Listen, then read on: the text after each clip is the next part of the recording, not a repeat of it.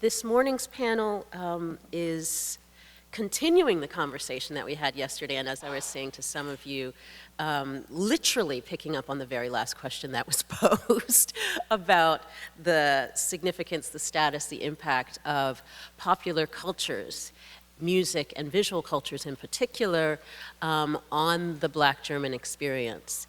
And so I am going to hand over to Priscilla to convene this panel. Please keep in mind that in keeping with the general trend of our conference, we still have one missing panelist. There she is. Who our panelists tend to get lost somewhere in New York. I'm so glad you made it. It's okay. So without further delay, Priscilla Layne, thank you.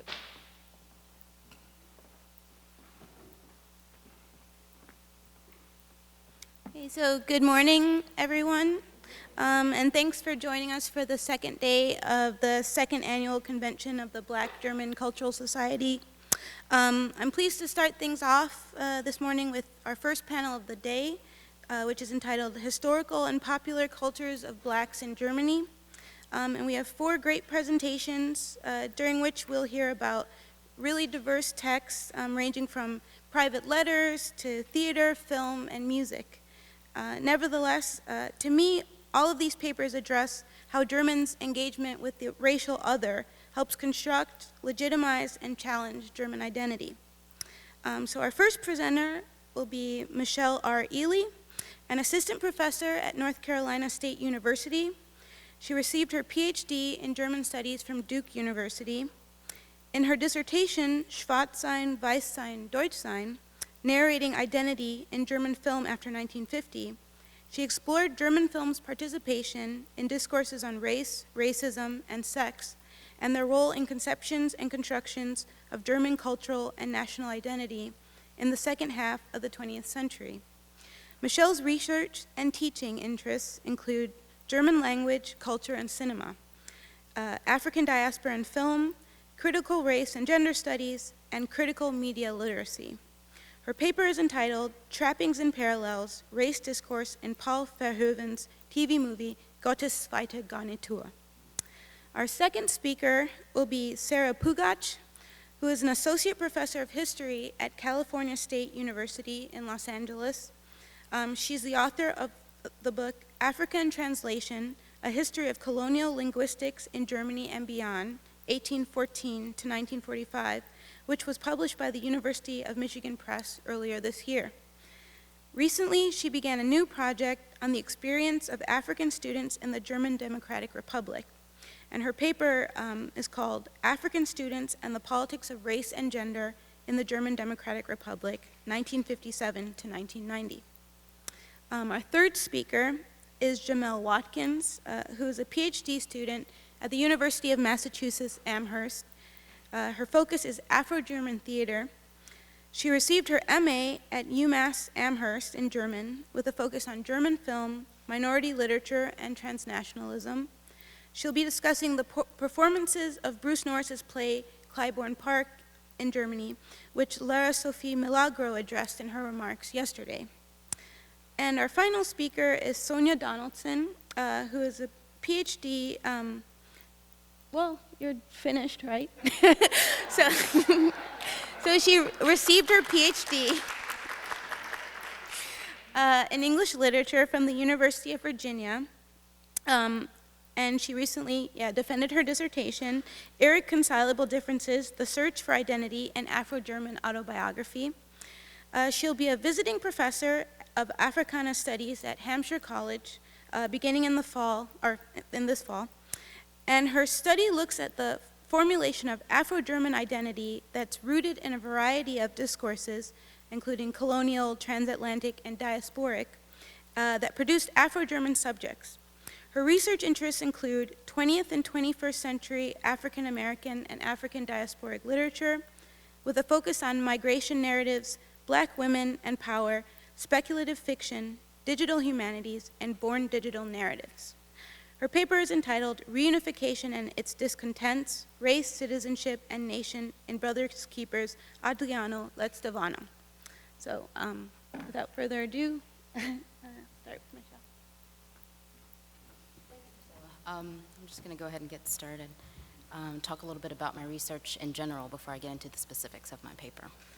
In my research, I look at shifts in conceptions of race, cultural identity, and national belonging in German film in the second half of the 20th century. With a focus on German productions featuring Black characters in significant narrative or symbolic roles, I'm interested in the methods used to represent Blackness, Germanness, and otherness, all of these racialized in some way, and to address issues of racial conflict and belonging within a German cultural context. The discourse around the concept of race and its effects has long been impeded by the absence of a critical German vocabulary, and we talked about that some yesterday. This gap in mainstream German language is in large part a consequence of the immutable association between race, or Rasse, which they're not exactly translatable for reasons that we all understand, I think, as a term, and the pro-Aryan anti-Semitic dogma of National Socialist ideology. This connotation carries with it a formidable taboo that discourages discourse by threatening to label individuals who use the term as intolerant, racist, or even sympathetic to neo-Nazi extremism.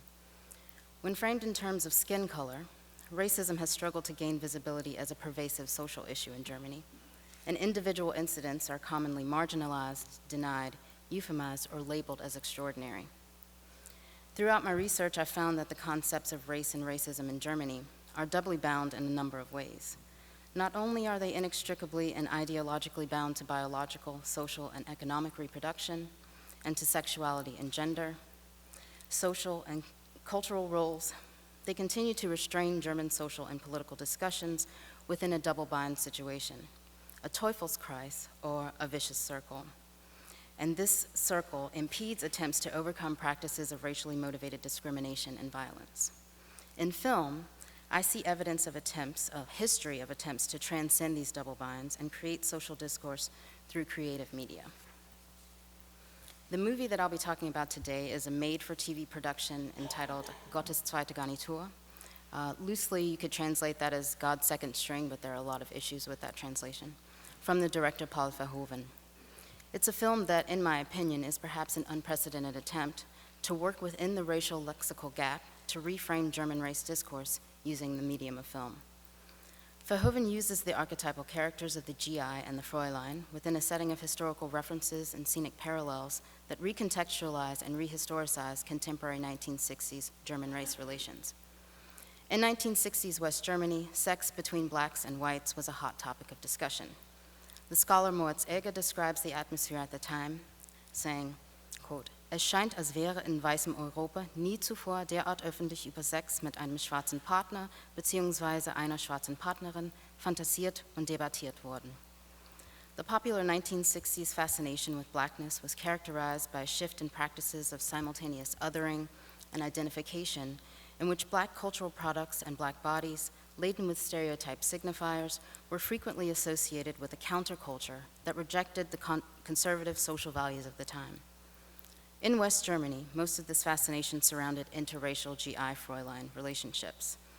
Though they were also capable of signifying rebellious coolness, such relationships were most commonly narrated as either cases of rape or as cases of prostitution-like fraternization, and both of these were deemed a defilement of the homeland. Gottes zweite Garnitur depicts one such contentious interracial relationship. Garnitur premiered on West German television in 1967, the same year in which Sidney Poitier's films Guess Who's Coming to Dinner and To Sir with Love were released in the United States, and the year that the decision in Virginia v. Loving found anti-miscegenation laws to be unconstitutional in the United States. The movie addresses underlying ideological structures by linking racism in Germany not only to racial hierarchies and other geographic and temporal contexts, but also to the problem of German identity as affected by concepts of German masculinity and femininity, family dynamics, and economics. Additionally, it explores how these aspects are influenced by West Germany's relationship with the United States and its occupation forces. Its criticisms push for a broadened understanding of race and racisms, reframing the concepts to include anti-black racism as not simply a foreign or imported issue, but as also a German one. To briefly introduce the plot of the film, It depicts an intimate and fated bond between Claire Hegebacher and Sergeant John Bacco. Claire is a young white German medical student and the daughter of an intellectual. She's dissatisfied with her position in life, both personally and professionally, and has become resigned and apathetic. She feels trapped in her engagement to Fred Fehringer, son of a wealthy real estate broker, and suffocated by her entanglement with his conservative and controlling parents. Bacco, born in southern Rhodesia, broke off his university studies and ties to a controlling father to join the United States Army and become a naturalized citizen. Stationed in Germany during the Vietnam War, he struggles to progress his career in a racist military that controls his future. These two characters' narratives become intertwined at a disastrous family dinner, and Claire and Bacco eventually become romantically involved. So in a moment, I'm going to show a brief clip from this first encounter between Bacco and the Fehringer family. Leading up to what we're going to see, the family has been awaiting the arrival of Bacco, and he's been invited for Christmas dinner in this tradition to invite occupation soldiers who don't have families to German families to have a meal. When he arrives, the son, Fred, is visibly shocked to see that a black man has arrived at the door, and he leaves him outside and goes to his family and says, "Oh, they sent us a black, sie haben uns einen Schwarzen geschickt." Everyone's initial reactions promptly position race as the central narrative issue, and in the sequence of shots, the film also visually associates Bacco with the propaganda image of the black soldier rapist. At the point where we enter, Herr Fehringer, Fred's father, has brought Bacco in from the front step, and there's been a round of uncomfortable introductions. Claire has accompanied Bacco into the living room while Fred hides in the kitchen with his mother, and we've heard the word nigger spill out from behind the kitchen door. When he comes in, Fehringer attempts to ease the tension that's quite palatable in the room by making small talk, and in the conversation, he makes rather nonchalant reference to two racist constellations that place his family's prejudice within a broader critical context. In so doing, he creates an interestingly connected triad of racial hierarchies as reflected in, first, the US-American Civil Rights Movement, second, German colonialism, and finally, contemporary German anti-black sentiment. Es macht mir nichts. Ich sehe seit 28 Jahren so aus. Nein, Sie irren sich. Wir freuen uns, dass Sie gekommen sind. Kommen Sie, setzen Sie sich bitte. Setzen Sie sich bitte. Ja, bitte, setzen Sie sich doch bitte. Eine kleine Unpässlichkeit meiner Frau ist ein wenig nervös heute. Wir werden gleich essen. Warum nehmen Sie nicht Platz? Bitte schön, setzen Sie sich. Ich hoffe, du hast unseren Gast nett unterhalten. Ja, Herr Mr. Becker. Bacco. Bacco, ja. Sie sollen sich doch ein wenig wohlfühlen bei uns heute. Sehen Sie, ich bin Makler. Grundstücke, Häuser, Apartment, you understand? Ja. In diesem Beruf kommt man mit so vielen Menschen zusammen. Also mir persönlich ist einer so lieb wie der andere. Welcher andere? Man liest in den letzten Wochen wieder so viel in den Zeitungen von, ich meine, rauchen Sie eine Zigarre? Claire, gib doch mal rüber, bitte. Möchten Sie vielleicht eine? Oh nein, danke. Man liest so viel von der Gleichberechtigung. Sie verstehen? Rassenprobleme. Ja, wenn Sie wollen. Für einen liberal denkenden Menschen gibt es sowas natürlich nicht. Die farbigen Völker sind auf dem besten Wege, gleichberechtigt zu werden. Claire, entschuldigen Sie. Entschuldigen Sie bitte. Meinen Sie die schwarzen oder die roten Völker? Wieso? Ach so, ja. Sie meinen, dass man bei den Schwarzen nicht gerne rot sieht. Naja, also mal Spaß beiseite. Man darf nicht alle Schuld nur bei einer Seite suchen. Zum Beispiel Südwestafrika, alte deutsche Kolonie. Also diese Leute, die würden uns heute noch mit offenen Armen aufnehmen, wenn wir wieder zurückkämen. Waren Sie einmal dort? Nein, ich selbst nicht. Aber ich habe einen Geschäftsfreund, dessen Vater von Südwest, von den damaligen... Ist es soweit? Auf! Das ist das Esszimmer. Jetzt essen wir erst mal was Ordentliches.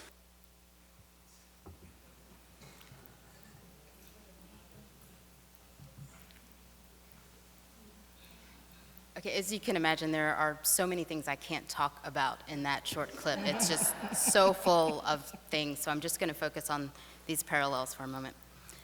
Verhoeven's framing and positioning choices provide a minor reflection of West Germany's complicated relationship to Black America. Fähringer, first of all, visually, is positioned so that he's not facing his guest directly, but is slightly angled. When the dialogue begins, the camera shows him from the back, and he is only shown from the front when the classic dialogue shot-countershot begins.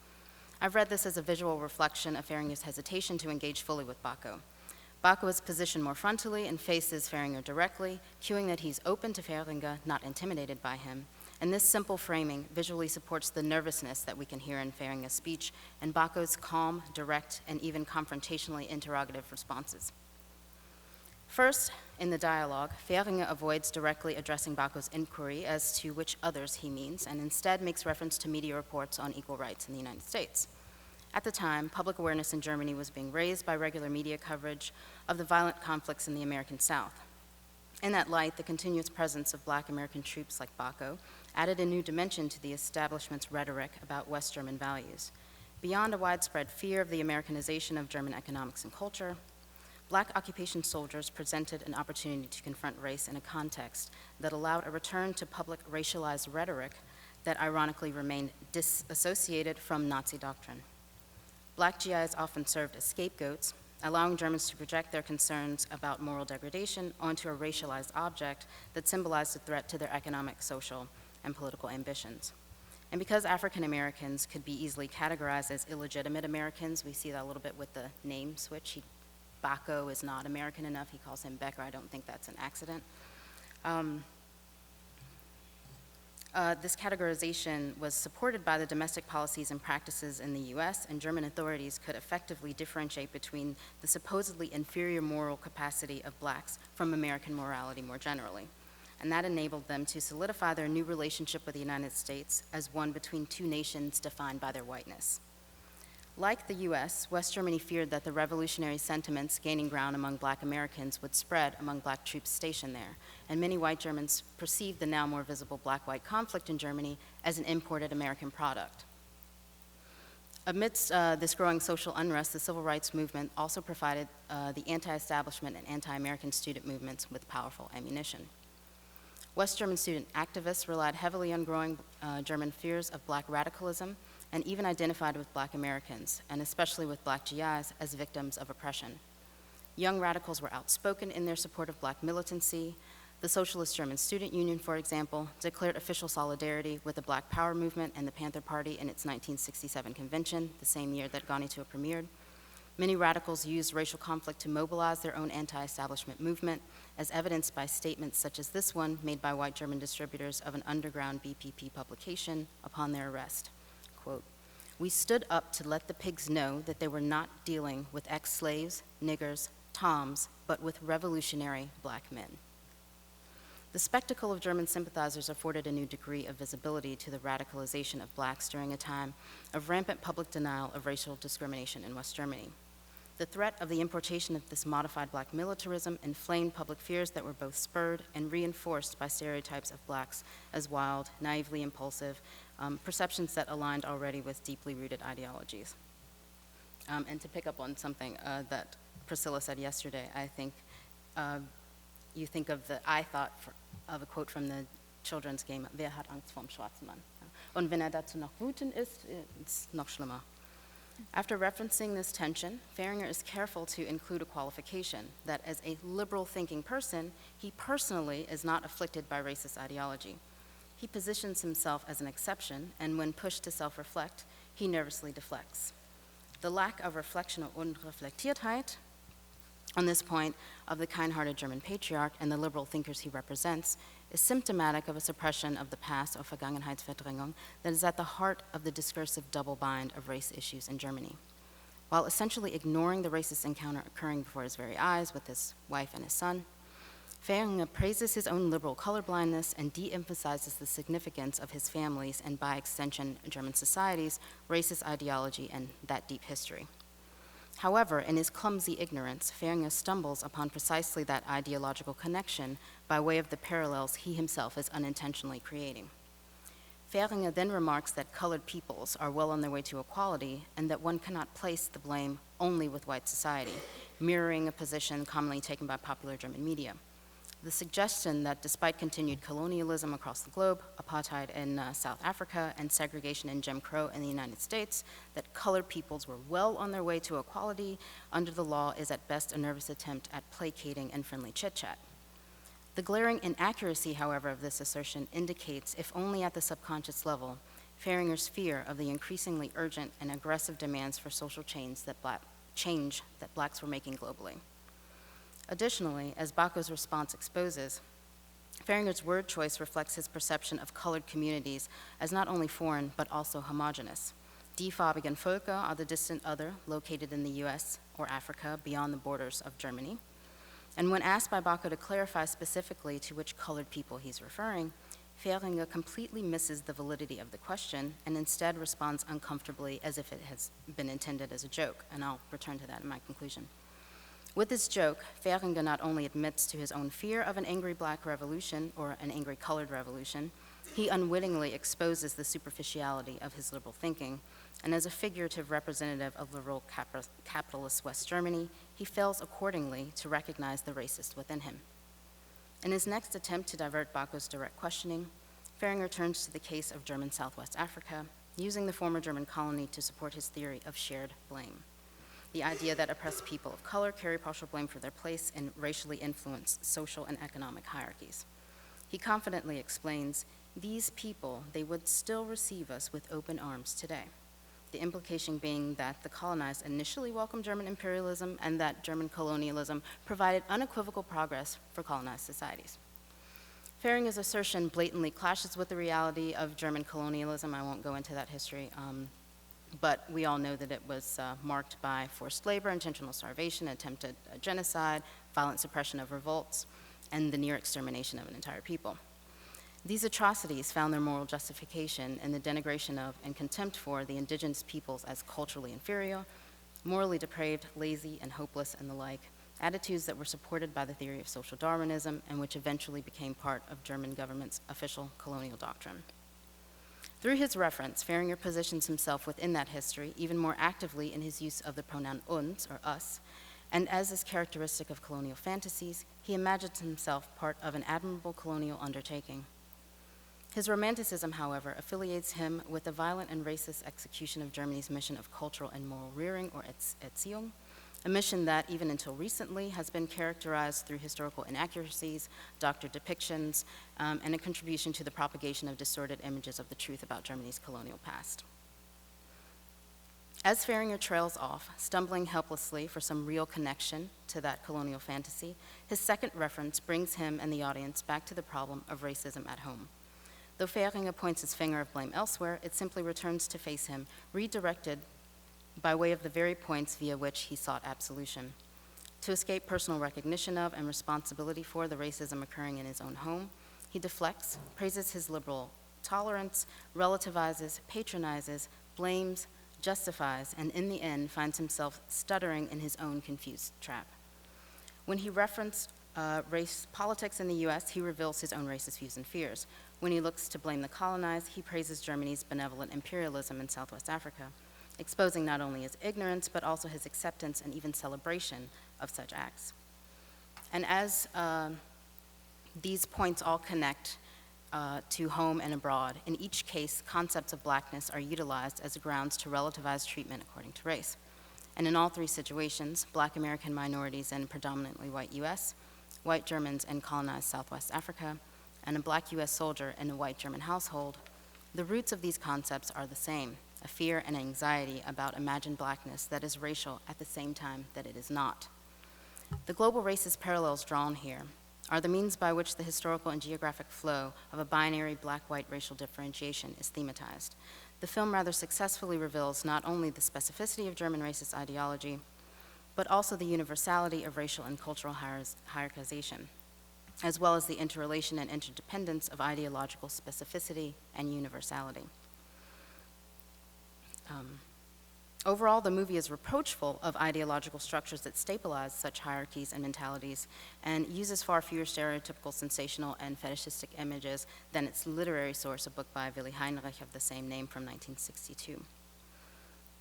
To skip over to my conclusion, what we can begin to see in Gottes zweite Garnitur and what became clearer to me while looking at the development of thematizations of blackness and Germanness in film is what is at the core of the obstacles to realization of the potential that is expressed in this film, namely a double-bind conundrum. To return to the joke in the scene, that moment contains a key to recognizing the function of the double-bind that is at work in German race discourse. It exemplifies the power dynamic that is in play between the white German majority and the racial and ethnic minorities, be they foreigners, residents, or citizens. In my attempt to better understand the structure of this dynamic, I turn to the concept of double-bind communication, which has its roots in the field of psychoanalysis. Theories of the double-bind posit that particular communication failures result from schizophrenic communication, in which linguistic structures and power differentials lead to miscommunications and dialogic entrapment.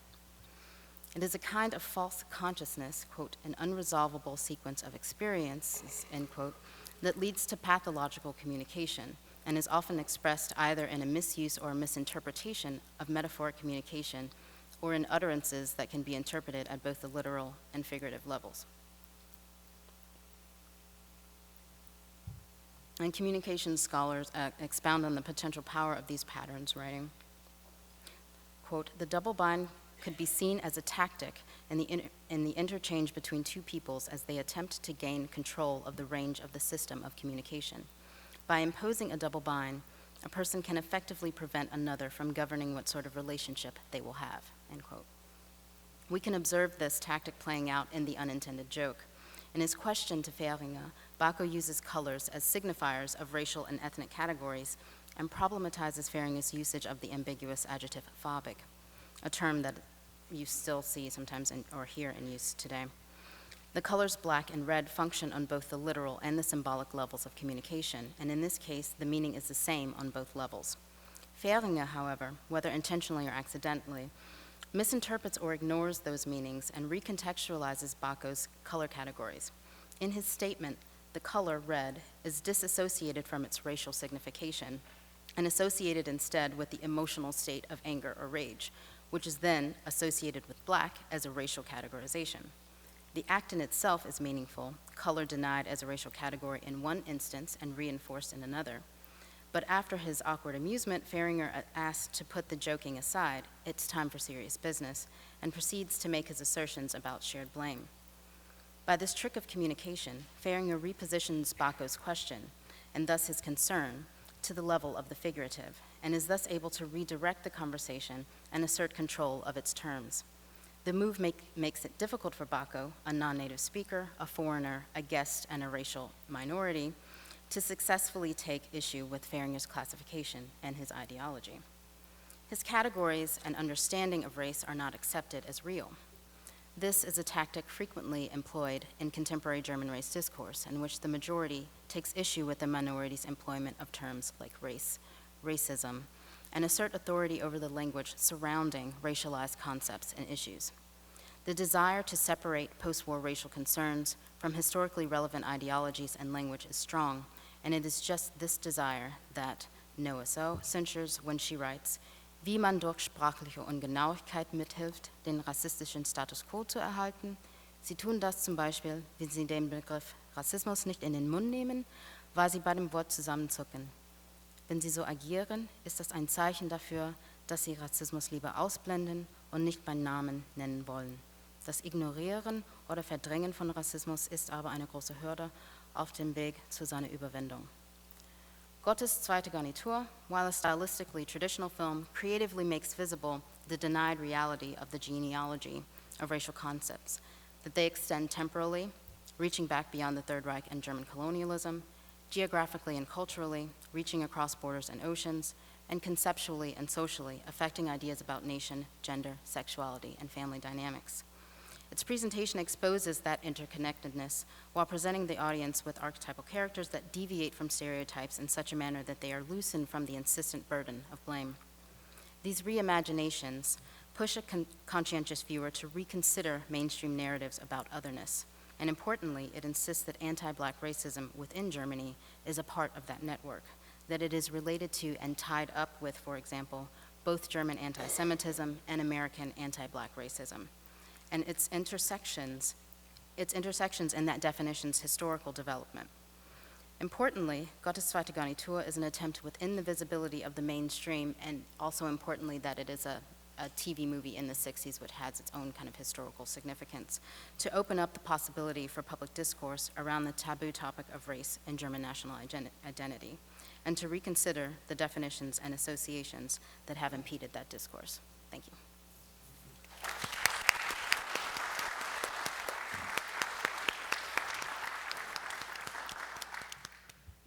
Hello, thank you very much for having me here today. So I'm going to be talking on I'm going to be sort of moving from, I think, the West German context into the East German context. And I'm going to be talking about African students and, again, the politics of race and gender in the GDR. And actually, although it says 1957 to 1990, it's really more 57 to the mid-1970s, I would say, that I'm addressing here. And I sort of want to contextualize this. This is part of a new project, a relatively new project, that I'm sort of just trying to sort of work out in my mind at this point. So it's very germinal at this stage. And what I'm hoping to do overall with this project is to look not only at how the GDR received and encountered African students, but also at how the African students encountered the GDR, how they saw the GDR, and what their experience in the GDR meant in terms of their overall sort of life trajectory, as coming from specific countries that were just post-independence countries, and then in many cases going back to those countries. In other ones, though, leaving the GDR and going to the West. So I want to look sort of at both sides of the equation, sort of German reception, but also sort of African reception of Germany, how Africans encountered Germany. And in this particular piece, which is, again, it has to do with gender, I'm going to be looking very specifically at sort of a carryover of racial biases and stereotypes concerning African men and African male sexuality, and pairing with white German female sexuality. Okay. So, and if you could let me know when I'm getting short on time, please, because I don't want to run over. I can tend to do that. So, okay. Okay. African students who came to the German Democratic Republic between the 1950s and 1970s found themselves in a place where the professed anti-colonial, anti-racist dogma of the ruling Socialist Unity Party, the SED, frequently came into conflict with the realities of everyday racism.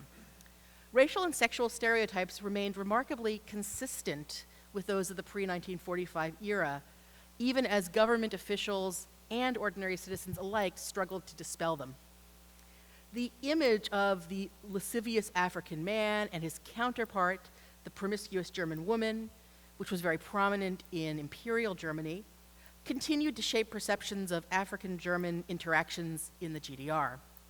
The SED was committed to demonstrating that its leaders had resisted Nazism. East German doctrine held that while fascism continued to survive in and even define the neighboring Federal Republic, West Germany, the GDR had expunged all of its traces. However, the anxiety surrounding African men and white women make it clear that even if GDR officials claimed that racial biases did not exist in their state, bigotry was very obviously persistent and enduring. The inseparable realities of the Cold War and decolonization, which were occurring pretty much simultaneously, defined GDR attitudes toward Africans. Soviet ideology was anti-imperial, although obviously there was also quite a bit of racism on the Soviet side as well. And as a satellite of the USSR, East Germany had to position itself as an ally to Africa in the broader fight against late colonialism. The Soviets also wanted to attract as many allies from recently decolonized nations as possible to compete with the US. And the GDR and the rest of the Soviet bloc were to assist in this mission of supplying aid to states that were either non-aligned or leaning towards socialism. And the GDR was also not only interested, though, in fostering bonds to emergent African states because of its relationship to the Soviet Union. This was not the only reason it was interested in creating these ties to these nations. The GDR also was hoping to combat the West German Holstein doctrine, which held that the FRG was the only actual German state and that basically the GDR did not exist. And so from 1975 through 1972, the FRG used the Holstein doctrine essentially to punish any state or to threaten any state that recognized the GDR's political existence by saying that if you recognize it, we might sever diplomatic and economic ties with you. And so for the GDR, crafting economic or cultural and educational exchange agreements with newly independent African states, like Guinea, for example, it was a challenge to the doctrine and an assertion of the GDR as a legitimate political entity. Now, the prejudices that African students confronted undercut the GDR's claim to defend international solidarity and racial equality against Western imperialism. As archival sources from the University of Leipzig archival sources from the University of Leipzig show, and that's my main archival or primary source set at this point, as these sources show, life as an international student in East Germany was not easy. In some cases, African students lived in dormitories that were designated specifically for foreigners, though I should say that that was not always the case. And in fact, there's one very interesting instance I found of a Nigerian woman in the 1960s who was studying at a pharmacy school in Leipzig and said she actually complained because she was living amongst Germans and would have preferred to be living with Africans, other African students, and not amongst Germans. And so, but in any case, in some cases they did live in these separate dormitories. They also had common for GDR life in general, that other students would spy on them, so they would be in student groups or in student units, study groups within their classes and university classes, and they would be spied on, and reports would be written on them by other GDR students, by German students. They were also inundated with Marxist ideology, and specifically with sort of the GDR's pro-Soviet brand of Marxist ideology, so that there was actually a lot of tension in the GDR discussion of these students. Are they going to be more attracted to Maoist ideology or to Soviet ideology? Now, an interesting thing about this kind of education, this Marxist ideological education, political education that was sort of saturated student life in the GDR, is that it was intended to mold not only their political opinions of African students and other international students, but also, it was also meant to contribute to their moral, and this included their sexual improvement, okay? In addition, the Africans who studied in East Germany encountered an East German population that was really deeply conflicted about race. And again, this reflected sort of this tension within sort of the officialdom between this doctrine of anti-racism and sort of reality of existing racism. So for instance, in this case, on the surface, university officials from institutions such as Leipzig's Karl Marx University, the KMU, were very supportive of African students on the surface, again, and their right to live and pursue an education in the GDR. But at times you also see, if you look at the archival documentation, that the private student statements these officials made about African men and about their white girlfriends or wives really belied their supposedly neutral and anti-racist attitude. One other thing I want to mention is that we really need not to forget, we should not forget, that African nations had their own interest in studying in the GDR's universities, and African students had interest in studying there too. And that African nations felt that they could benefit from a connection to East Germany. Recently decolonized states needed individuals trained in specific, usually practical subjects, such as tropical or veterinary medicine, and these topics were seen as ones that could concretely contribute to national development. And in the case of states like Guinea, which lost access to significant financial and material aid when its population voted to become independent from France in 1958, higher education in Soviet bloc countries replaced metropolitan schooling in colonial capitals like Paris. So whereas in the colonial era,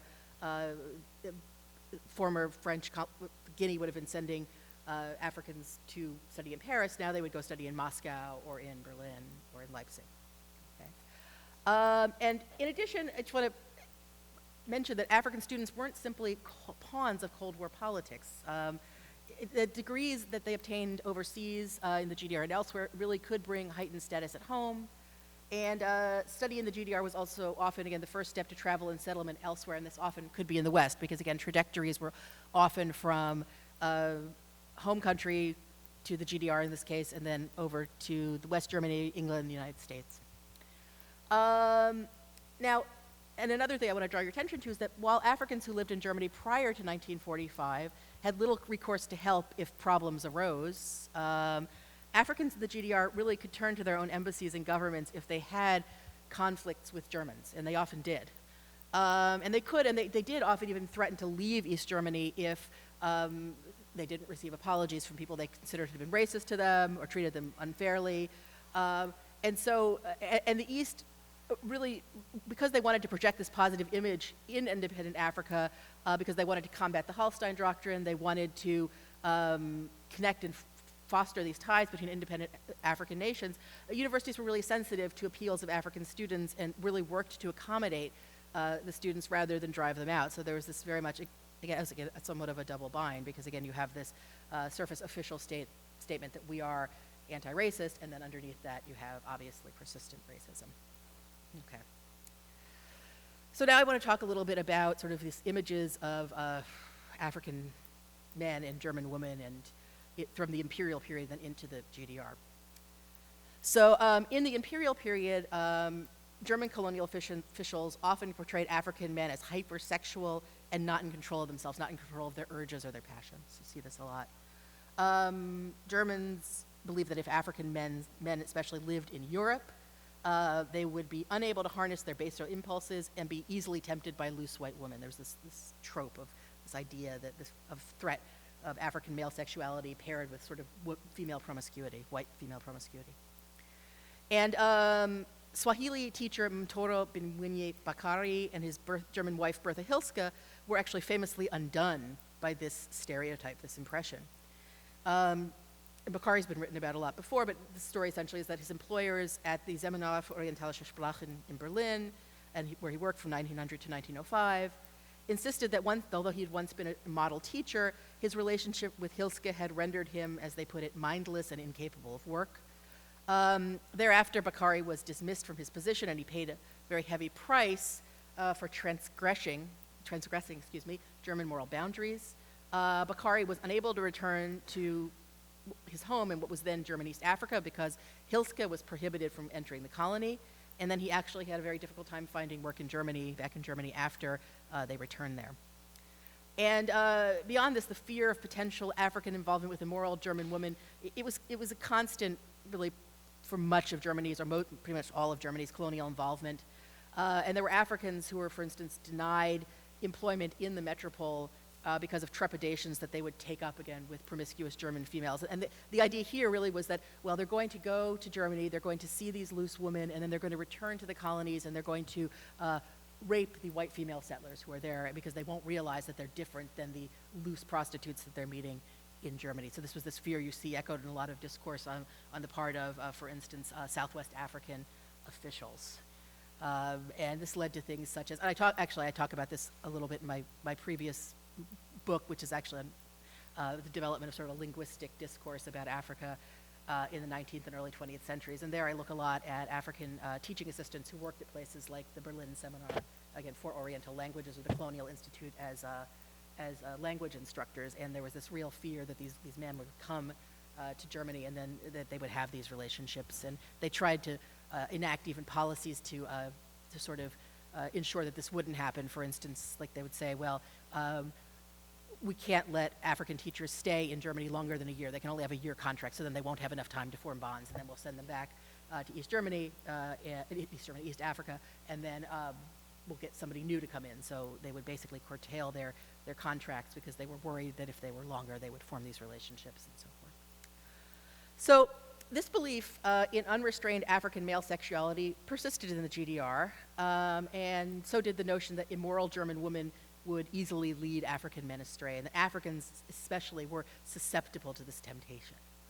In 1959, a report concerning international students by the vice rector for student affairs at the KMU suggests really how little the hypothesis about the relationship between black men and white women had changed from the early 20th century. In a section of this report labeled The Moral Situation, and this report talked about just the different international exchange student populations in general. And in a section talking about the moral situation, the vice rector said, well, for the most part, it's pretty good. You know, our exchange students are pretty good for the most part. But then he said, and I quote, from time to time, there are some students, especially those from African countries, who make themselves vulnerable to complaints because of their association with questionable women, end quote. And then he continued in another quote, we are convinced that the state of affairs will be improved through the strengthening of our cultural work with these international students, end quote. So like officials, or very similarly to officials at the Seminar for Oriental Languages, the vice rector thought that immoral German women were enticing African men and that they couldn't control themselves.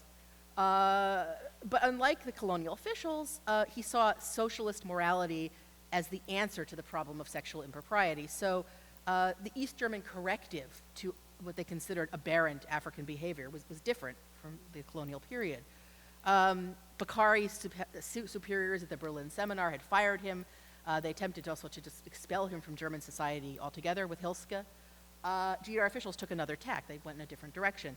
What they hoped was that the East German example of morality would save the students from their own worst impulses. To this end, the vice rector even recommended that dormitory directors, quote, work patiently and doggedly, end quote, on the issue of appropriate sexuality with African students. So then that East Germans would instruct African students in proper morals or moral behavior.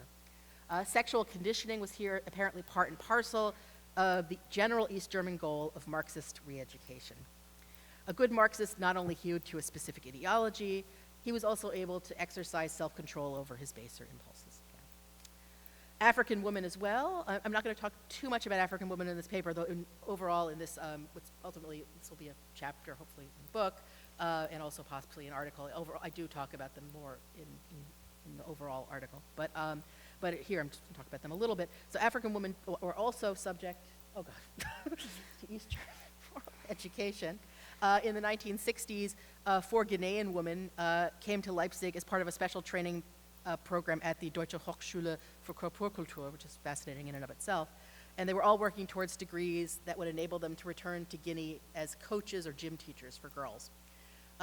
2 of these Ghanaian women were assigned to be roommates. They didn't get along. And the school was alleging, the director of international affairs alleged they'd almost come to blows. And they were cautioned very strongly to heed the rules of their dormitory. And overall, all 4 of the women were basically chastised for their immoral or unclean behavior. And so this director said to them, quote, you've been warned to adhere more closely to school rules concerning cleanliness, morality, and local customs, as well as to maintain good ritual relationships amongst yourselves. And he doesn't really say exactly what he means by morality here, but this idea was that, again, these women somehow were not behaving correctly in a moral sense. And by the way, the stereotype of African lasciviousness that adhered to African men, you don't see it so much being extended to African women. Okay, so there wasn't much of a discussion of female African students becoming involved with white men, at least not in the documents I've looked at to now. But nonetheless, as with the men, African female morality was suspect and needed correction, even though there might have been different reasons for this.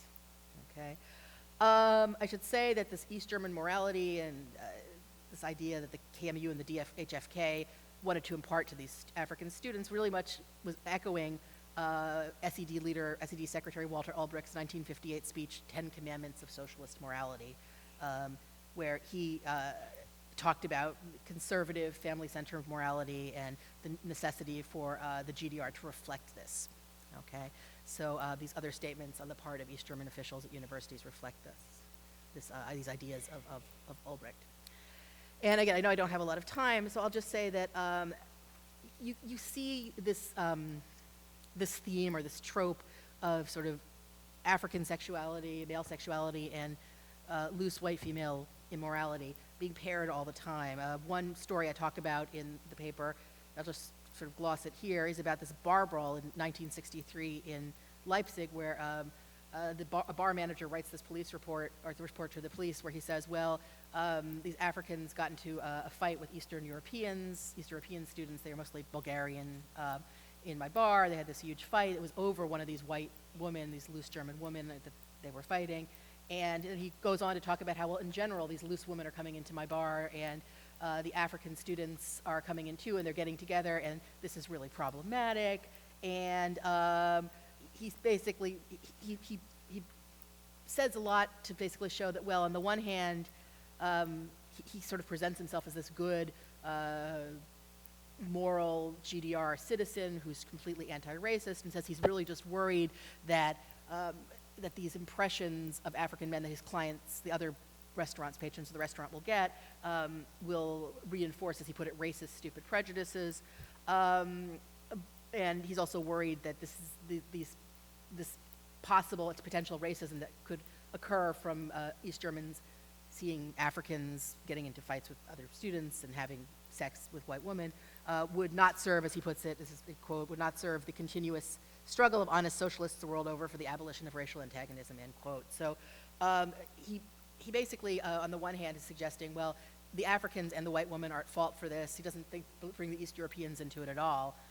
He just says they're the ones who are at fault for this. On the other hand, he says, but, you know, I'm anti-racist, and I just want this problem solved because I don't want, I don't want there to be a problem in broader East German society. I don't want other East Germans to think that Africans are problematic because of what's going on in the bar, or the way they act with white women. And so that's the only reason I'm bringing this up, when it's obvious that he's uncomfortable with this African-German connection. And again, you see this reflected time and again, and since I don't have a lot of time, I'll just sort of, again, gloss it and say that you get, this sort of all sort of comes to a head in sort of the discourse over the production of children through African and German unions, and sort of this tension that sort of surrounds the creation of, as they also call it in East Germany, Mischlingskinder. So again, what I really want to sort of emphasize is that there is this tension in sort of GDR discourse over African students between, again, this official sort of need to create these connections to these independent African countries, and this very sort of obvious sort of persistent racism, which you see reflected again in discourses on African male and white female sexuality. You also see it reflected in other ways as well, but again, that's what I'm focused on in this particular paper. So, thank you. Thank you very much.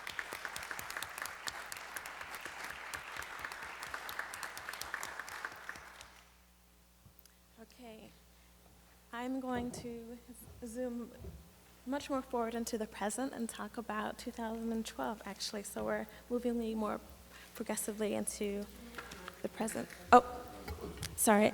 Okay. There we go. Performing Clybourne Park in Germany. Clybourne Park, a 2011 Pulitzer Prize-winning play by American playwright Bruce Norris, premiered in Germany on April 8, 2011 at Mainz Stadttheater, with 2 Black German actors included in its 7-person ensemble. In this paper, I will draw on the discipline of performance studies to argue that German performances of Clybourne Park re-embody, re-signify, and represent the Black body on stage.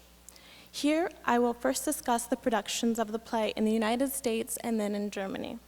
Then, I will outline the recent controversy about blackfacing in the German theater, and finally, I will show how performance studies makes it possible to theorize the significance of the Mainz Staatstheater production of Clybourne Park, and more generally, the importance of Black German actors on the German stage.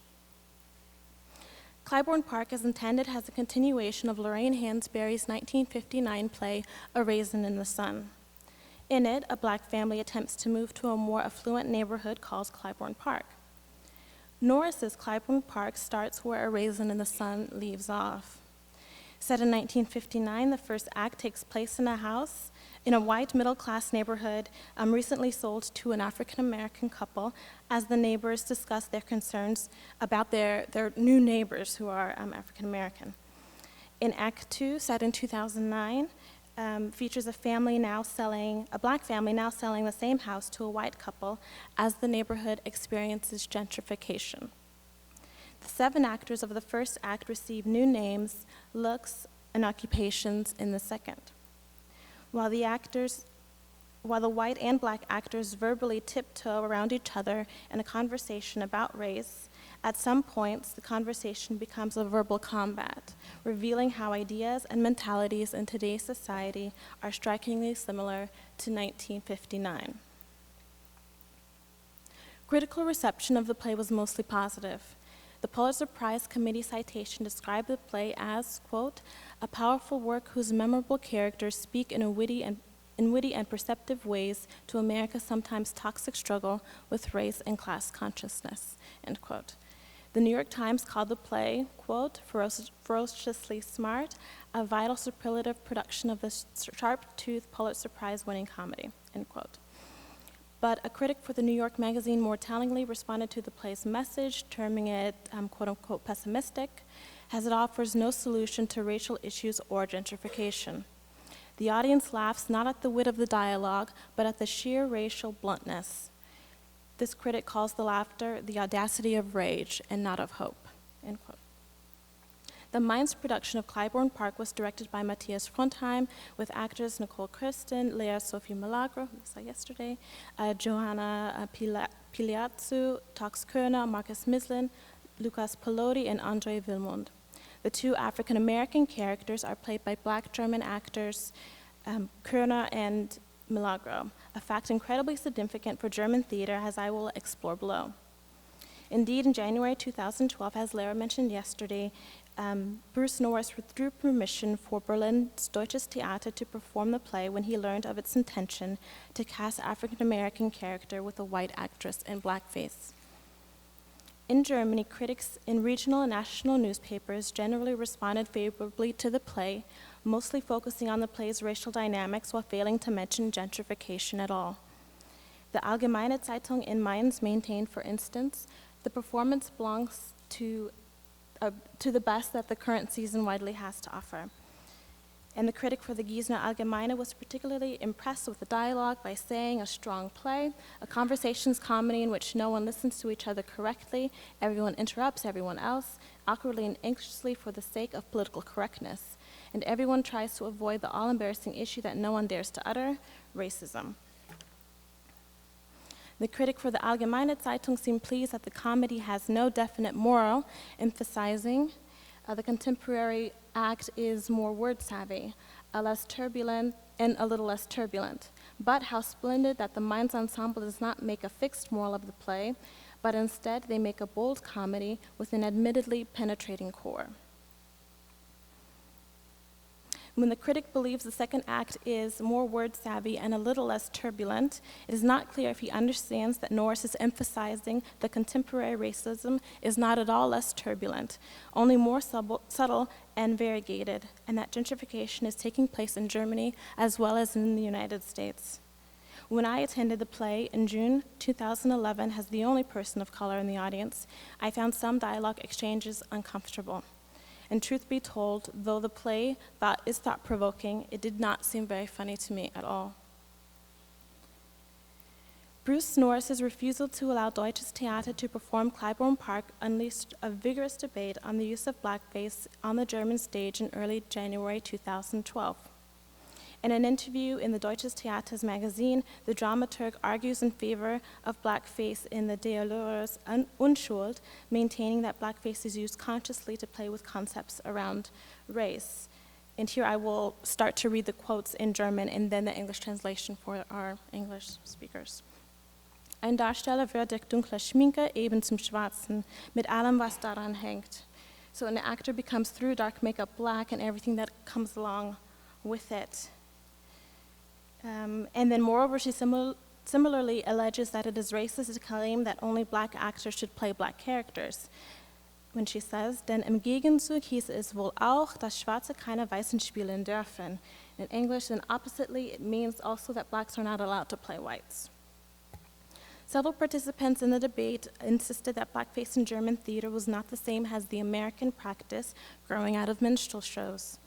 In the newspaper Die Welt, Matthias Heine advocated for a limited definition of blackface as something that takes place, quote, wenn weiße Komiker sich schminken, sogar eines weißen Publikums den dummen Neger zu spielen. So then when white comedians paint their faces for the enjoyment of the white audience and play the dumb Negro. And of course, we know this isn't true, but he is trying to limit it to the vaudeville-esque minstrelsy. So he insists on the artistic freedom, maintaining die Freiheit der Kunst besteht auch darin, Blödsinn zu verzapfen, and that in theater Menschen so tun, als wären sie jemand anders. So that the freedom of art exists in doing nonsense and that people pretend that they are someone else in theater just naturally. Director of the Unschuld production in Berlin also points to blackface as the tradition of the Brechtian alienation effect.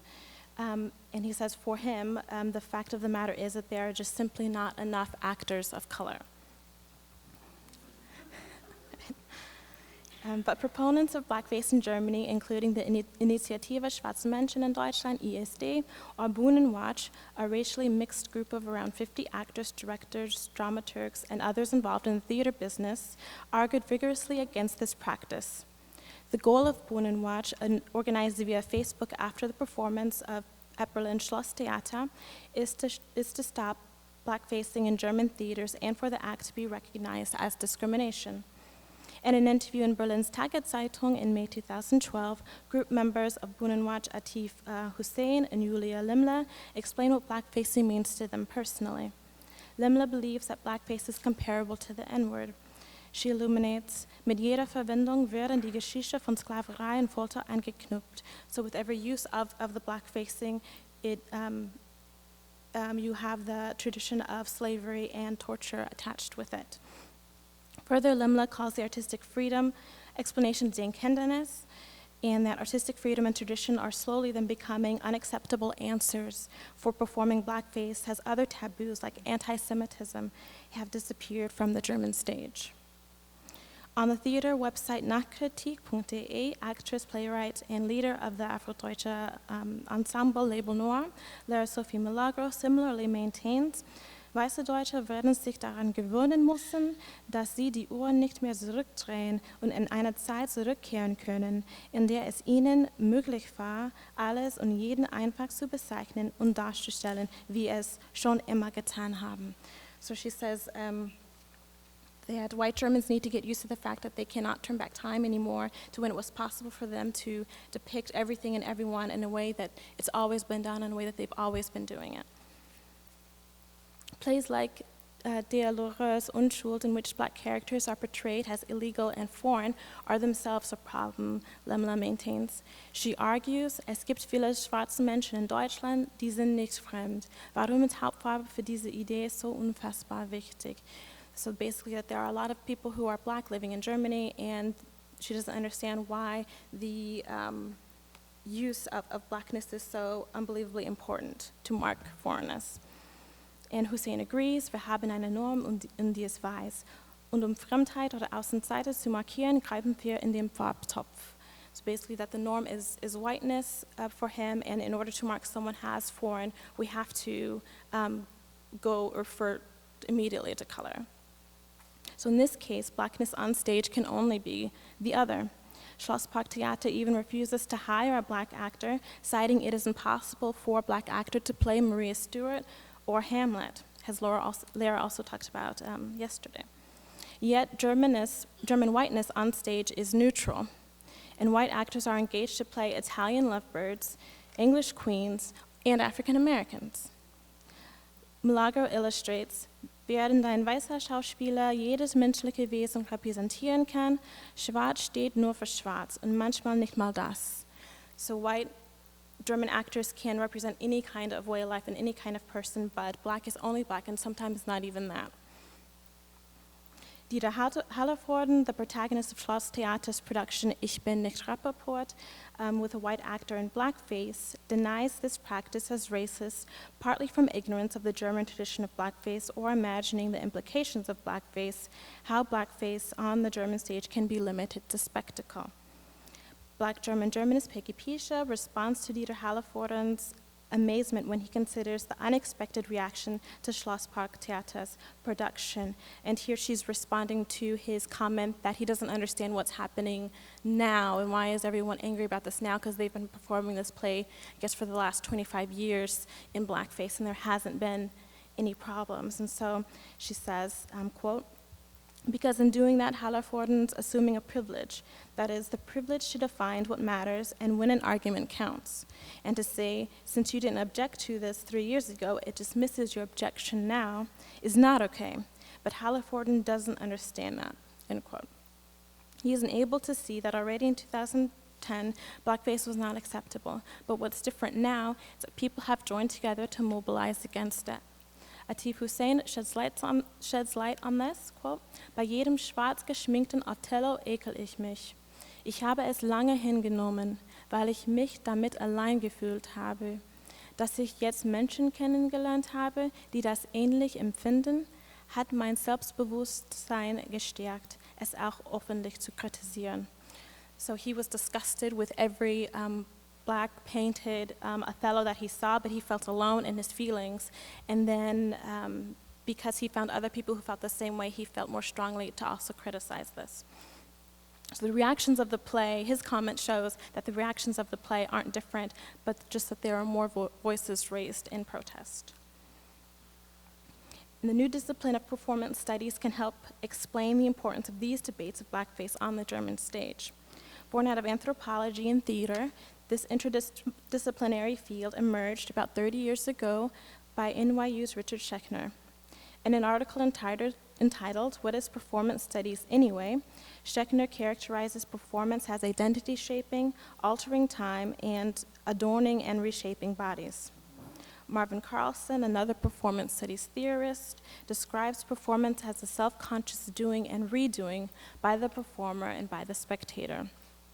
In her book, Performance and Culture, performance theorist Ellen Diamond further elaborates Carlson's idea of the or redoing of performance, maintaining that, quote, this creates the terminology of the in the discussions of performance, as in re-embody, re-inscribe, reconfigure, and re-signify, unquote. This prefix reveals the repetitive aspect of the past and present involved in performance, and as Diamond maintains, the contributes to the constructions of race and gender, which are constantly in flux. The body is essential in the doing and redoing involved in performance, as the performance places heavy emphasis on the body. Remember, theater and performance need living, breathing actors, our bodies, to tell stories and to communicate feelings. And therefore, the types of bodies on stage are important as performance reshapes and adorns all bodies, whether their actors are people of color or white. So blackface, as a practice, does not allow the presence of black bodies on stage. Afro-German actors are victims of the hegemonic structures of power which allow certain bodies to be normal, while theirs experience only a representation, and a poor one at that. Directors, actors, and producers delude themselves into believing that a white man painted in shoe polish can act out the experiences of a black man. This representation can never be real, but is read as real.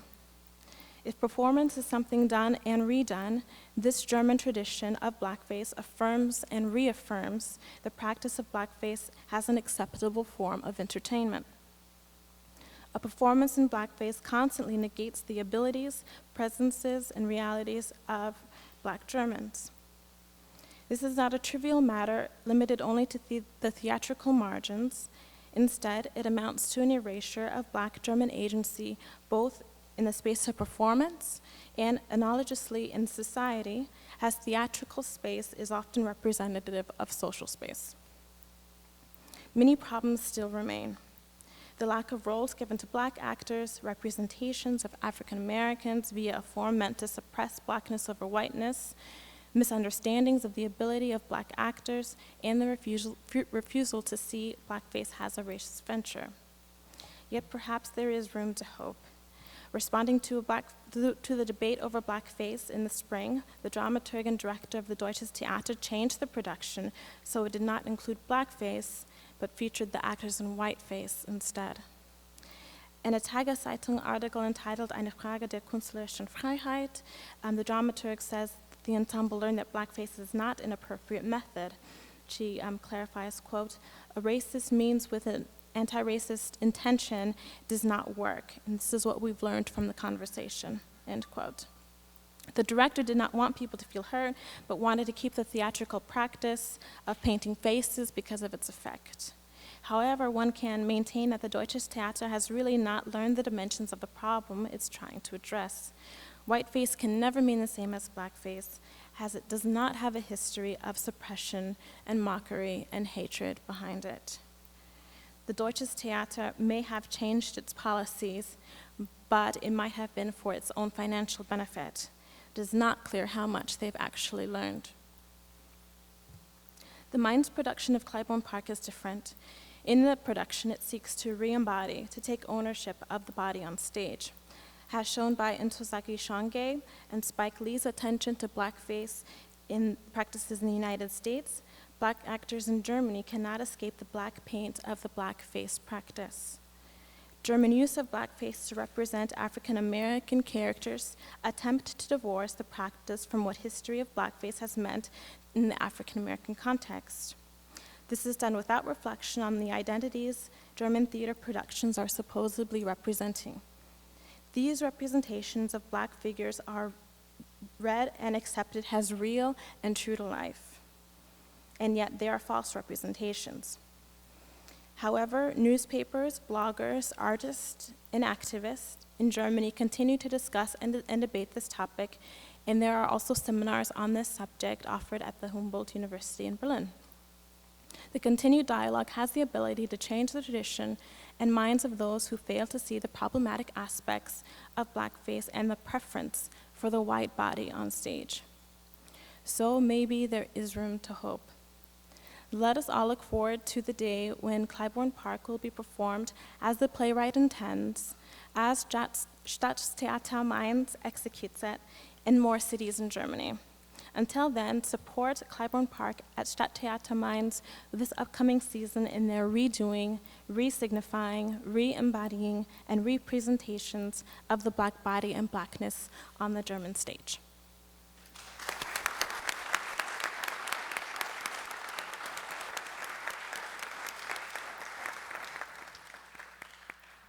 I hope you'll forgive me. I actually have to stand up at the podium to show a couple of video clips.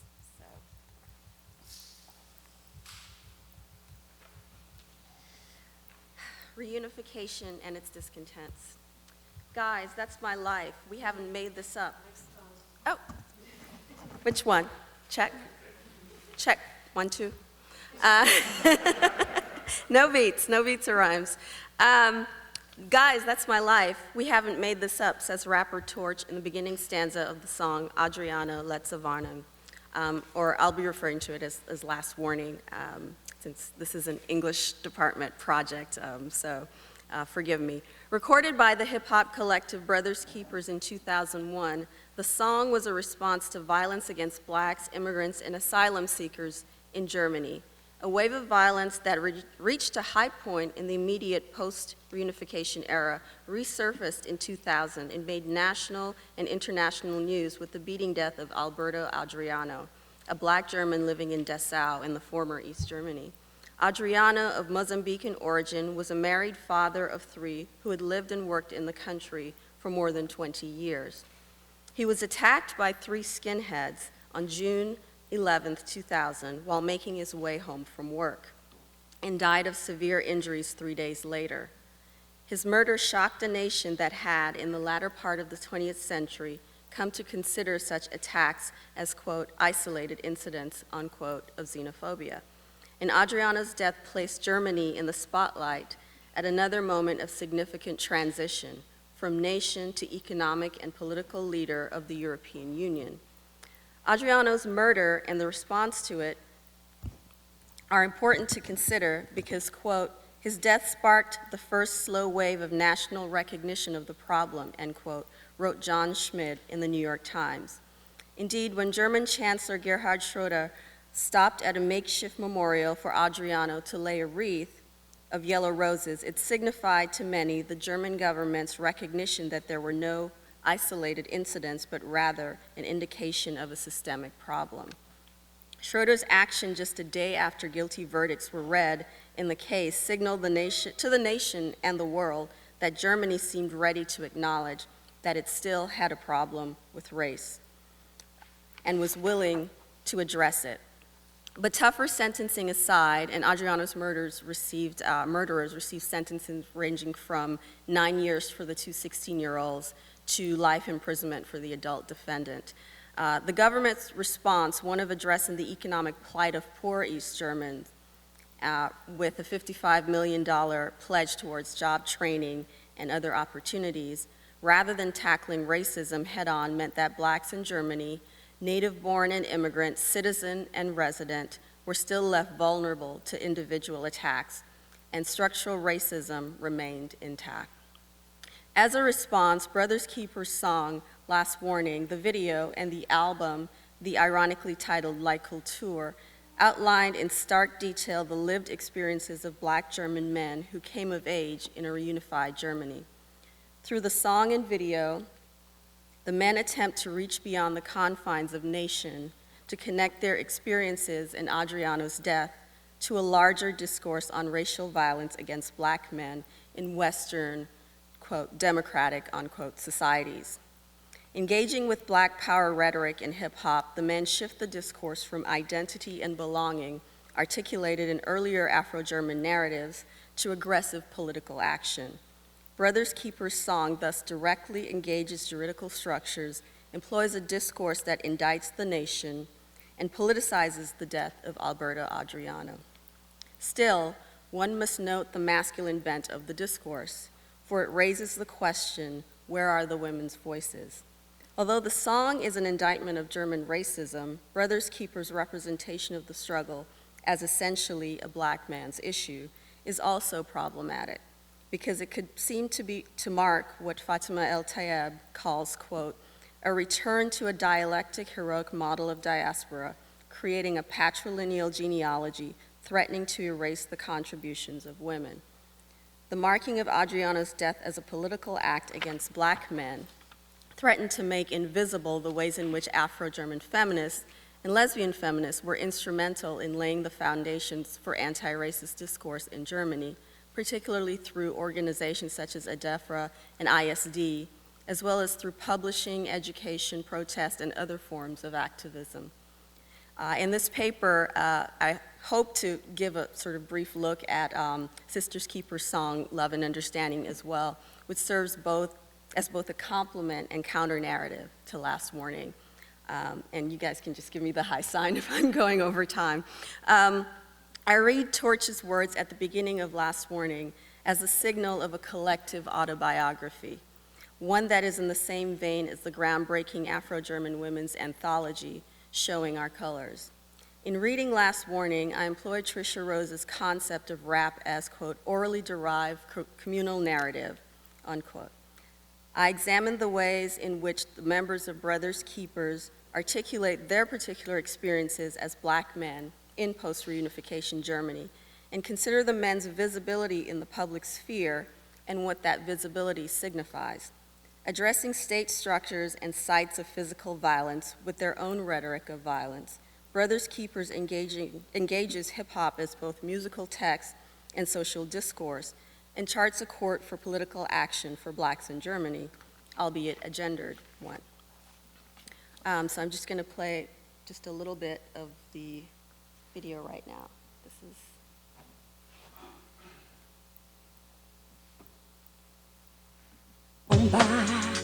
Wrong one. It's Sisters Keepers. Brothers. Yeah. So I'm just going to play up to the chorus right now so you can get a sense of...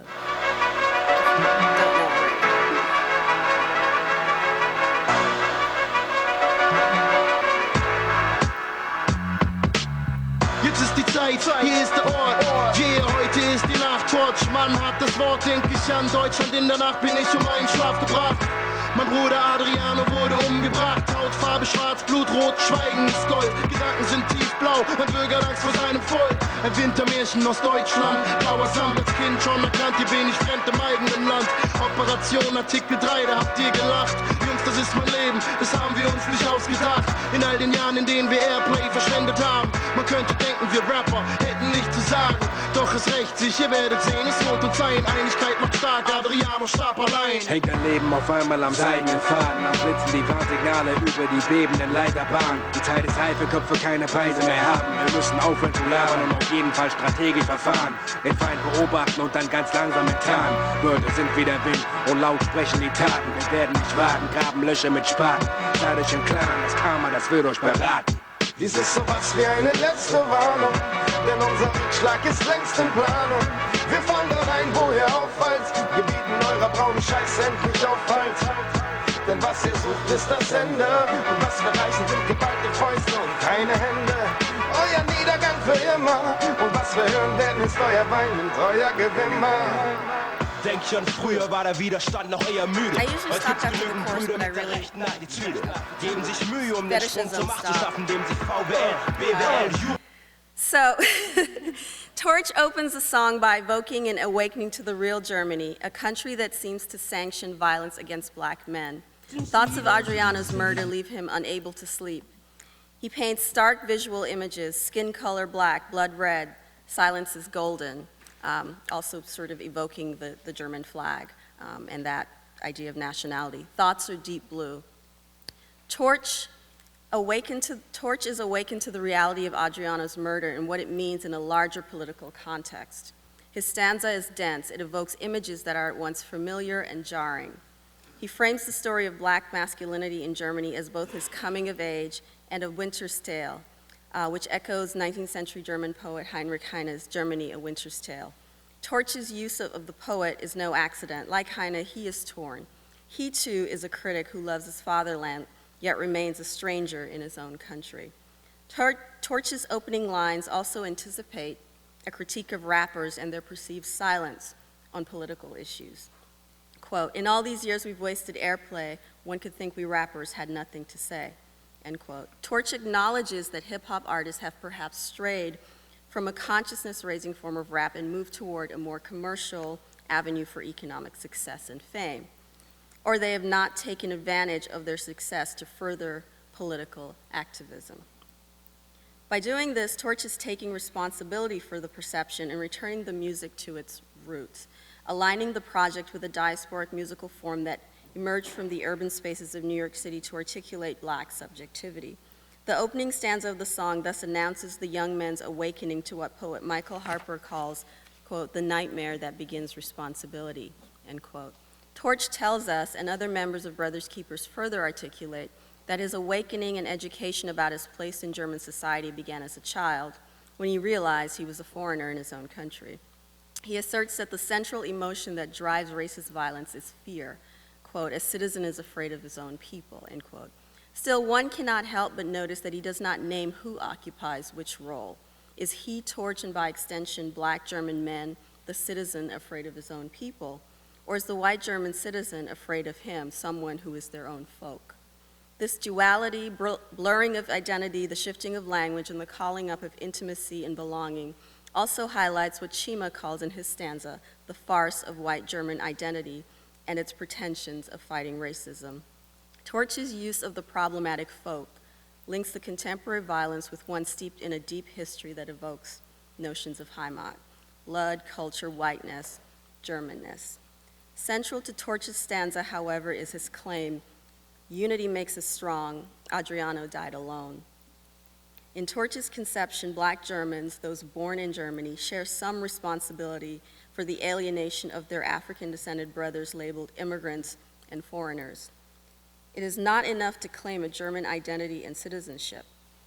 Afrob picks up Torch's theme of brotherhood, saying that he raps for Adriano because he, Afrob, could just as easily be the victim of such violence. And Chima extends this further, saying, "Adriano lives in me." By connecting their fate to that of their brothers who are othered in the German home space, Brothers Keepers reaches out a hand not to white Germany, but rather to other black men, and they create in their music a living memory of Alberto Adriano.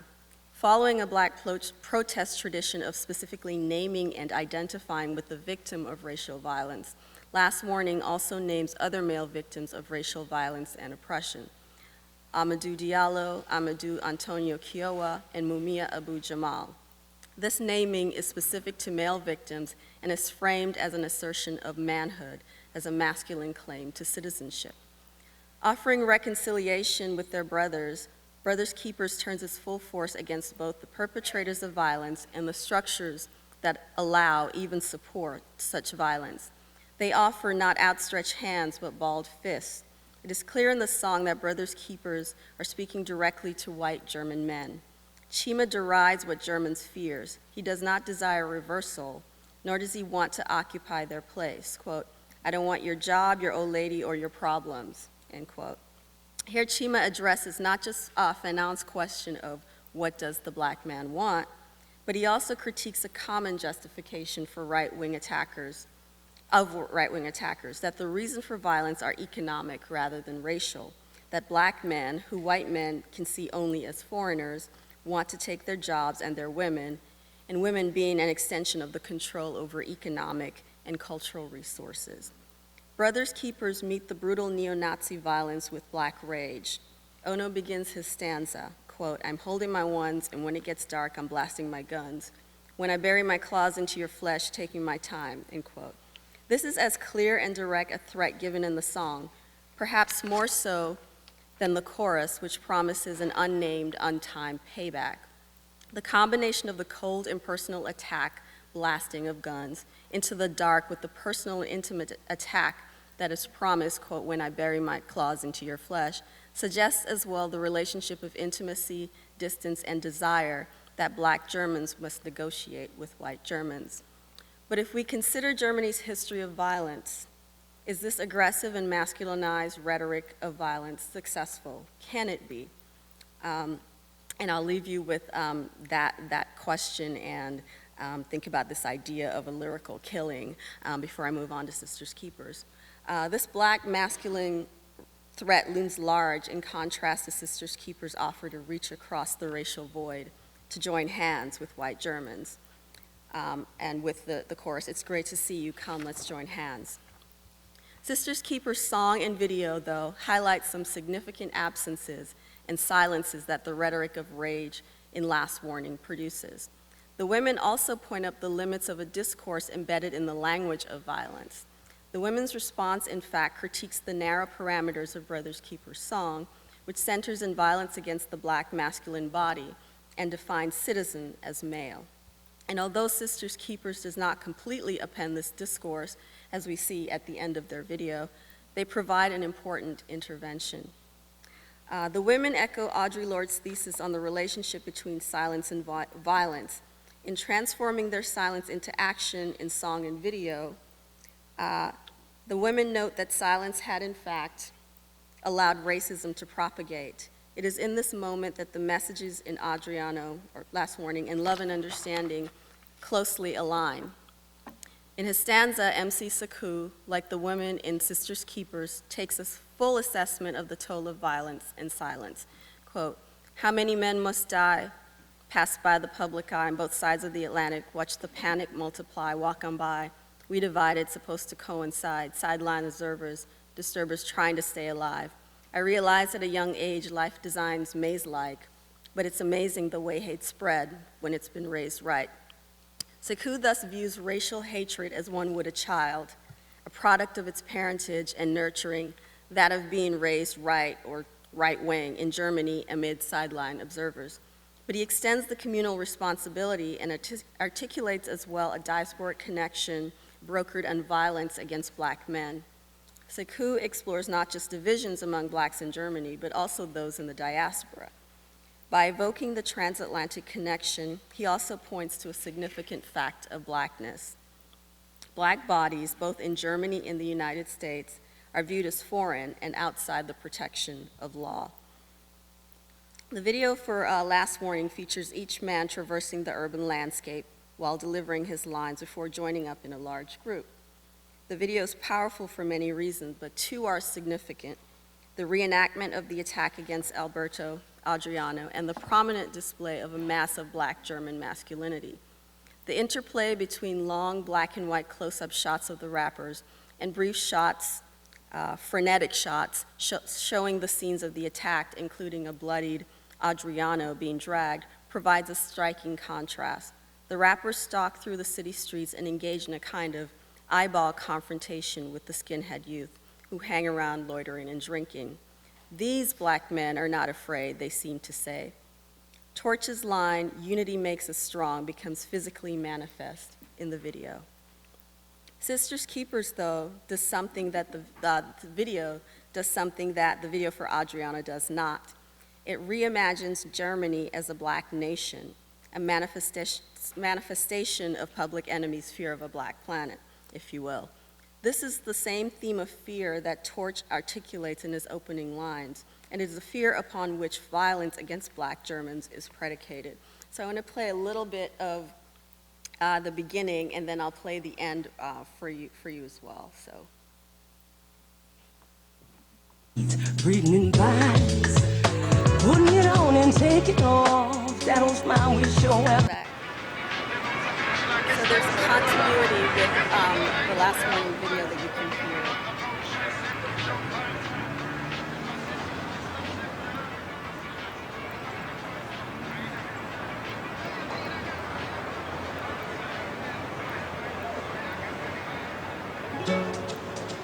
Willkommen zu Sisters Keepers, denn keiner gleicht dem anderen. Könnten wir die Welt mit Kinderaugen sehen, wenn wir lernen zu lieben und zu verstehen? Wir würden Farben liegen, wir uns füreinander interessieren. Nicht Hass, sondern Liebe, würden die Welt vergehen. Und über deinen Verein, wie soll das gehen? So oft hab ich doch keiner hat's gesehen. Würde aufhören zu schweigen, weigere mich dem zu neigen. Nein, nein, nein, ich bin vogelfrei. Es ist schön, dich zu sehen, komm, reich uns deine Hand. Auch wir sind hier geboren und trotzdem fremd in diesem Land. Schön, dich zu sehen, komm, reich uns deine Hand. Wir können etwas ändern, mit Liebe und Verstand. There we go. Okay, so the video for Love and Understanding also reverses the white German gaze. It begins with the chorus from last morning and fades away as the protagonist, who's not visible to the audience, passes under the derisive gaze. Oh, 1 minute, good. Let me just skip to the end of the video. At the end of the video, 2 black German policemen examine the protagonist's passport. The style of the video allows us to see the response of the black citizen to the other. Thus, we experience the video through the eyes of the other, who we later discover is white and male. We, the viewers, and ostensibly the white German audience, discover the protagonist's whiteness in the public sphere through his encounter with the black German police, who physically resemble those who white Germans would read as African, immigrant, or foreigner. And although we do not hear the policemen's voices, we can clearly see one officer mouth the word Ausweis. And so let me just wrap it up then. It is clear that both Brothers Keepers and Sisters Keepers view the racial attacks on Alberto Adriano as a moment of national and diasporic crisis. And while Last Warning and Love and Understanding employ different strategies, they nevertheless provide a narrative of resistance. Significantly, both videos use the public sphere, train station streets, the Bundestag, and school, to make their case. This exposes the ways in which violence against racial minorities are in effect an open secret in Germany.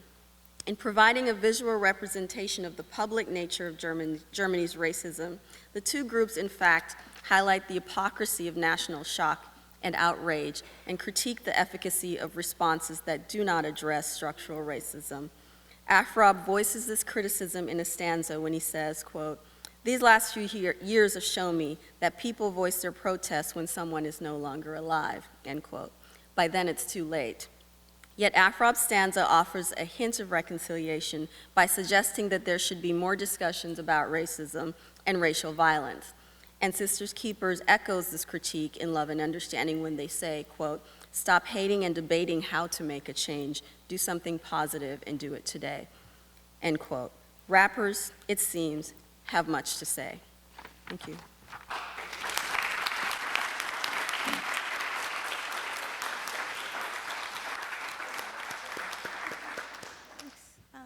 Thank you to our panelists. And I'd just like to offer two approaches that might be helpful for uniting these four papers. One of the issues that I believe resonates with all of these papers is white Germans' ability to ignore their own privilege and hegemonic power by claiming the position of the colorblind liberal who just wants to get past racism, if not for the angry people of color who keep bringing it up. As the alleged universal subject, a white German can claim an objectified position which allows him or her to generalize people of color or represent them without themselves being accused of racism. Meanwhile, if black Germans or African Americans try to challenge Germans' objectivity on race, they are accused of being racist themselves. Another point that connects these papers is that black bodies, both real and imagined, have been used as pawns in a game of identity construction in Germany. In Michelle's paper, A West German Father seems to suggest Germans aren't as racist as Americans because Germany never had segregation. And his comment about German Southwest Africa perhaps even contrasts German colonial paternalism to British colonial brutality, kind of like the argument in the Nazi propaganda film Kruger. In Sarah's paper, East Germans claim they aren't as racist as West Germans because, at least on paper, the Africans in the GDR were socialist friends, equals who weren't exploited and mistreated, but given an education and job training. In Jamele's paper, white Germans believe they are more colorblind or post-racial than Americans because they aren't troubled by blackface. In Sonya's paper, West Germans could blame the racist violence after reunification as the fault of their so-called undemocratic East German neighbors. Nevertheless, in each instance, history always rears its ugly head in a way that complicates these narratives and how these groups would like to see themselves. As Noah asserted yesterday, Germany might not have had segregation, but there was extermination. Sarah's paper shows that despite the socialist rhetoric, there were definitely problems with racism in the GDR. And in an earlier draft, Jamele pointed out that the practice of blackface on the German stage actually goes as far back as the 19th century and has a more dubious past than most Germans know. And in Sonya's paper, Brothers Keepers found the nation's outrage at Adriano's death hypocritical because they knew that racism did not just materialize after reunification. So I'd like to open up the discussion with a question about memory. To what extent is the racist behavior and opinions described in the texts you've looked at a result of a German amnesia, not only about its racist past, but also an amnesia that suppresses black German history and an enduring black German present? So I don't know, whoever would like to respond to the question of, I guess, memory and history, as you'd like.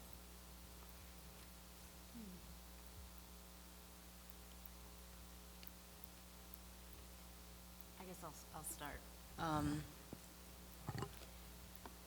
I think in the film that I talked about in particular, this one, but I've seen this in most of the films that I discussed prior to reunification, is the way that filmmakers who are relatively progressive try to address issues of race in Germany are pretty indicative of erasure of black presence in Germany, in the rhetoric, and in the history, that there's an attempt to, I don't know, reinsert or reimagine or even just build that history into like the, through a filmic discourse, because there aren't the same limitations there with an aesthetic media as opposed to scholarly attempts, history writing. There's more freedom there, but I think that it's pretty clear that the discourse is very limited by selective amnesia. Yeah. I would say that in the East German case, it's sort of erasure and amnesia, I would say, paired with displacement, because in the East, in the discourse, what you see is that the idea is it's always the West that has the problem, that it's West Germany where all of this was taking place. The West Germans were responsible for the Holocaust, for fascism, and that we were fighting against it. And so you see something very similar going on in terms of treatments of Africans, that no, we're not the ones with the problem. It's those in the West who have the problem. Okay. Well, I was going to say, I mean, I think that I have yes, it's memory, but I also think that it's also a very deliberate construction of a particular kind of national identity, or identity of citizen identity that's also at play. And in that is also a deliberate refusal to recognize citizen others, if you will. So I kind of don't really believe in this amnesia theory, because I think it's a way to sort of get around this very deliberate construction that ignores others. So for example, when you keep referring to racial violence as isolated incidents or only occurring in the East, or xenophobia, it's a way for you to deliberately avoid not confronting, not coming to terms with what's happening in the present, with your current contemporary realities. So. And then I guess looking at my case, like as Priscilla said in an earlier draft, which I've had to delete a lot from my paper, that in the 1890s, actually blackface started to exist on the German stage, and so that's also around the time of colonialism. How about that? You know, and so you know, so there are just these things that people keep forgetting and saying that this production of Ich bin nicht Rappaport has been going on for 25 years and no one has said anything about it is somehow an excuse. And as Peggy Peacher had said that I had referenced, it's not, it's just that people are now mobilizing against it, and that the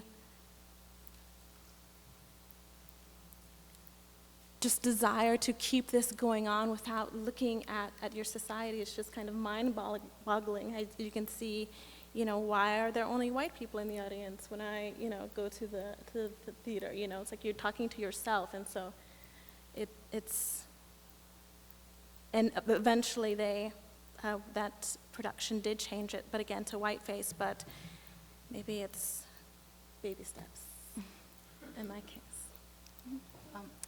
So we have our first question. Oh, Tina first, or was there somebody else? Okay. Oh, I almost forgot my question. I have two questions. One of them is to really ask Sonya to share with us some more of her analysis of Sisters Keepers that you didn't get to, because after showing that clip, you just can't leave us hanging like that. But the second question has to do with something you didn't talk about in your analysis, which was, while you were giving us a reading of the song and the performance of the song, or sort of the staging of the song and video. And that's really interesting, but I wanted to know about why, I wanted you to actually sort of connect the dots of what kind, the song was not made with a video intention, right? The song was made as a musical expression of something. And then in order to market it, it becomes a video. So I wanted you to talk about that too, about sort of what choices got made and what you think those choices were about. And the same with respect to the Sisters Keepers one, because I was dying for you to talk about, you know, that encounter with the black cashier, which I have lived through, you know, so many times. It's sort of like, you know, when I first got to Germany, the most terrifying experience was not having exact change at the grocery store. You know? You know, not having exact change and knowing where to put your bag, you know, to get your bag and have it all lined up. And to have that kind of gaze reconfigured in the context of that particular song, I just need you to help us out on that one. Okay. Well, one of the things that is not in this paper just because they're, you know, of time constraints, was a critique of Sisters Keepers. And so some critics have referred to them as sort of the male version of Brothers Keepers, sort of the conciliatory arm, the sort of softer, less political response to sort of soften that tone. And one of the reasons given for that, well, it's sort of like the music industry likes pretty women singing happy songs.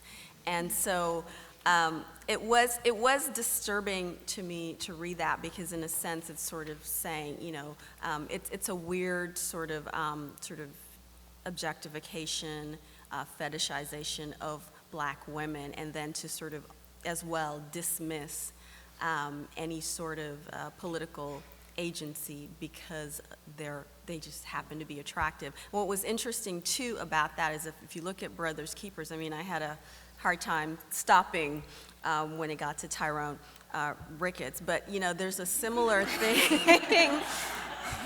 There's a similar thing at play as well with the men that I find interesting, but the women are critiqued for that. And I think the women's song and the video, you know, if you look at them closely, they actually do really important work. They remind us that women were at the forefront of political, you know, and still are at the forefront in this struggle for justice and equality. And that idea of the reversal of the gaze, I think, is really important given the fact that it is the women's video as well. There's something really profound happening. And there's also, in that reversal, there's also a refusal that's really obvious just by sort of, you know, the looks that the invisible protagonist gets. And so it gives us a really strong sort of sense of this idea of alienation, of rejection that Black Germans encounter every day in sort of the most public interactions and as well as sort of, you know, the face-to-face interactions as well. So even something, as you mentioned, as simple as going to the grocery. I've had that terror as well, and you know, I still actually carry a change purse. And there are coins in there. But no, I remember that terror. I remember the terror of like standing on a train platform and sort of not knowing, you know, that if those 3 or 4 guys standing down there with bald heads or skinheads, or they're just, you know, kind of like hanging out. And why do 4 guys just hanging around on a subway platform need a case of beer? So I think I think the song, as well as the Sisters Keepers video, does really important work to sort of critique.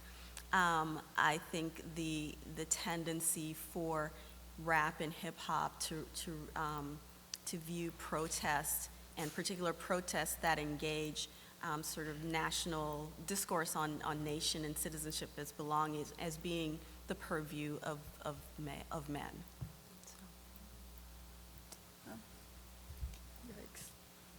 Thanks for these very fascinating presentations. I have, I guess, a brief observation and question for Jamele. One thing that I'm thinking about in America that is very similar in terms of what's happening now on the German theatrical stage is what happens on the operatic stage in the United States.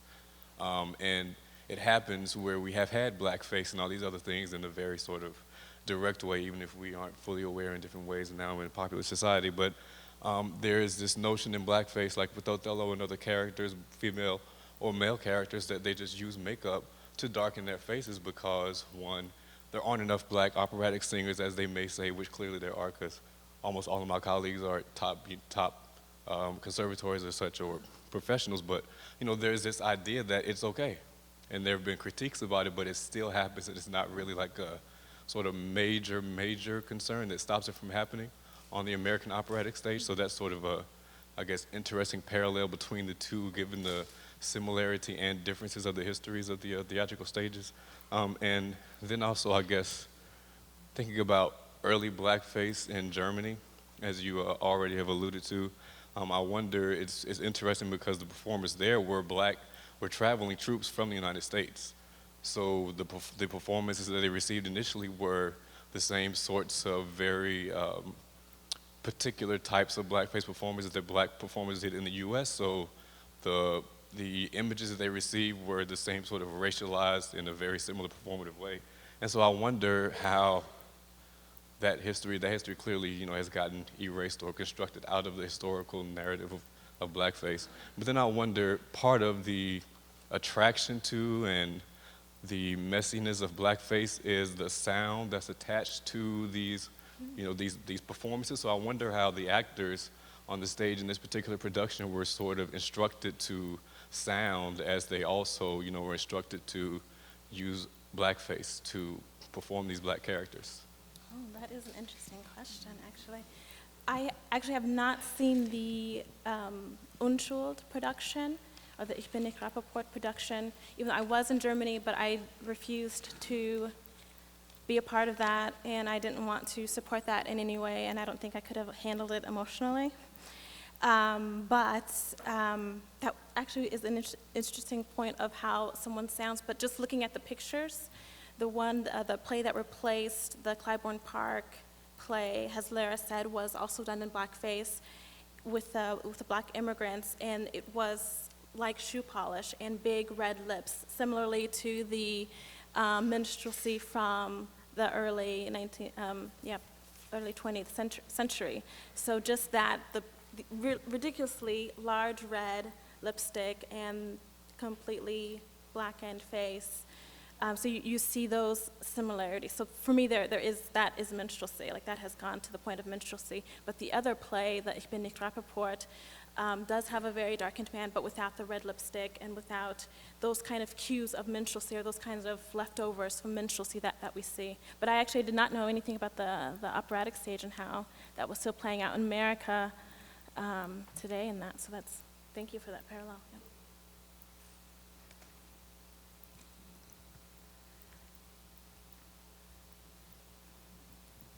Thank you very much.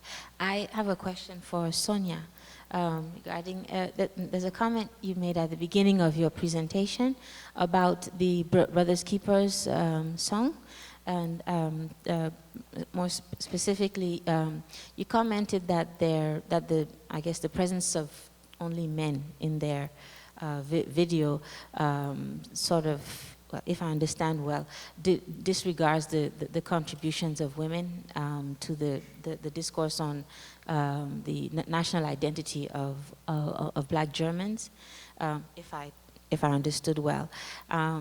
I was wondering, is that not a little heavy-handed at this point because of the fact that the women already had a long track record since 1986 of participating, of very visible and vocal activism, and indeed laying the groundwork, and that I guess this one project, or hip hop, very important one, of course. I guess I don't really see the danger of erasing. I mean, at least I didn't see it that way. Yeah. When I actually saw the video or heard the song the first time, what my feelings were, oh, finally, yes. Let's balance, I guess, the scales a little bit, because I always celebrate hearing more from the men, because I still feel that there's not enough. That we haven't heard enough of their voices in this arena. I don't know what your comments on that might be. Well, I think, what I say is that it threatens to obscure, right, those connections or that reality that women had laid the groundwork. And in fact, members of Brothers Keepers have talked about their involvement with ISD, and ISD has talked about that it owes this great debt to Black women feminists who have laid the foundation. I think part of the critique, though, for this, while it is a wonderful thing, and I view it as in the same vein as showing our colors as an articulation of Black male subjectivity, and I think part of that critique, though, is sort of part of the critique of hip hop, for one, as this sort of purview of the masculine, and discourses about nation and nationality and belonging to the nation as being sort of the purview of the masculine. Even if we think about this idea of identification with male victims, right, of violence, those deaths tend to get elevated to the level of the national and serve as a part of discourse about belonging to the nation. So if we think about Emmett Till, or in our more recent, more contemporary Trayvon Martin, with folks donning hoodie and saying, "I am Trayvon Martin," and the president saying, "If I had a son, he would look like Trayvon Martin." So there's a way in which discourses on citizenship sort of are embodied in the masculine. And so my comment was just to be mindful of the fact that while we're articulating Black male subjectivity and asserting this need for activism, we also need to keep in mind that women are part of this discourse and have contributed a great deal, have given a great deal of language, right? It's the what is this, Mayim says, the men fighting the wars and the sisters sharpening the swords. So that's part of my critique, is just to be mindful of that and be aware of the dangers that presents.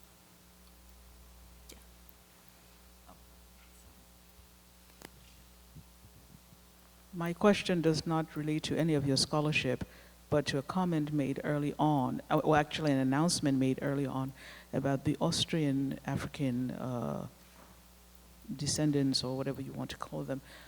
Do any of you know if there is a project or something anticipated about African German children that are born in Africa of German fathers primarily? What historical period, I guess? Well, we can look at the post-colonial period and the pre-colonial period, because there's quite a bit of that, especially in the West.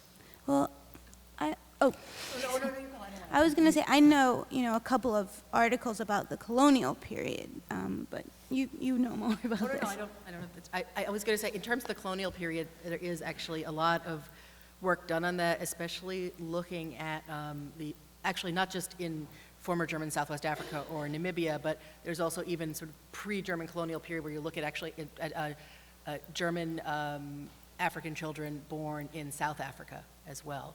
So there's actually quite a bit of literature on sort of missionaries who were married to African women. For instance, there's a family, the Schmellen family, where Johannes Schmellen, who was a London Missionary Society missionary, married an African woman, Sara Schmellen, and then she was largely responsible for for doing linguistic work on the Nama language.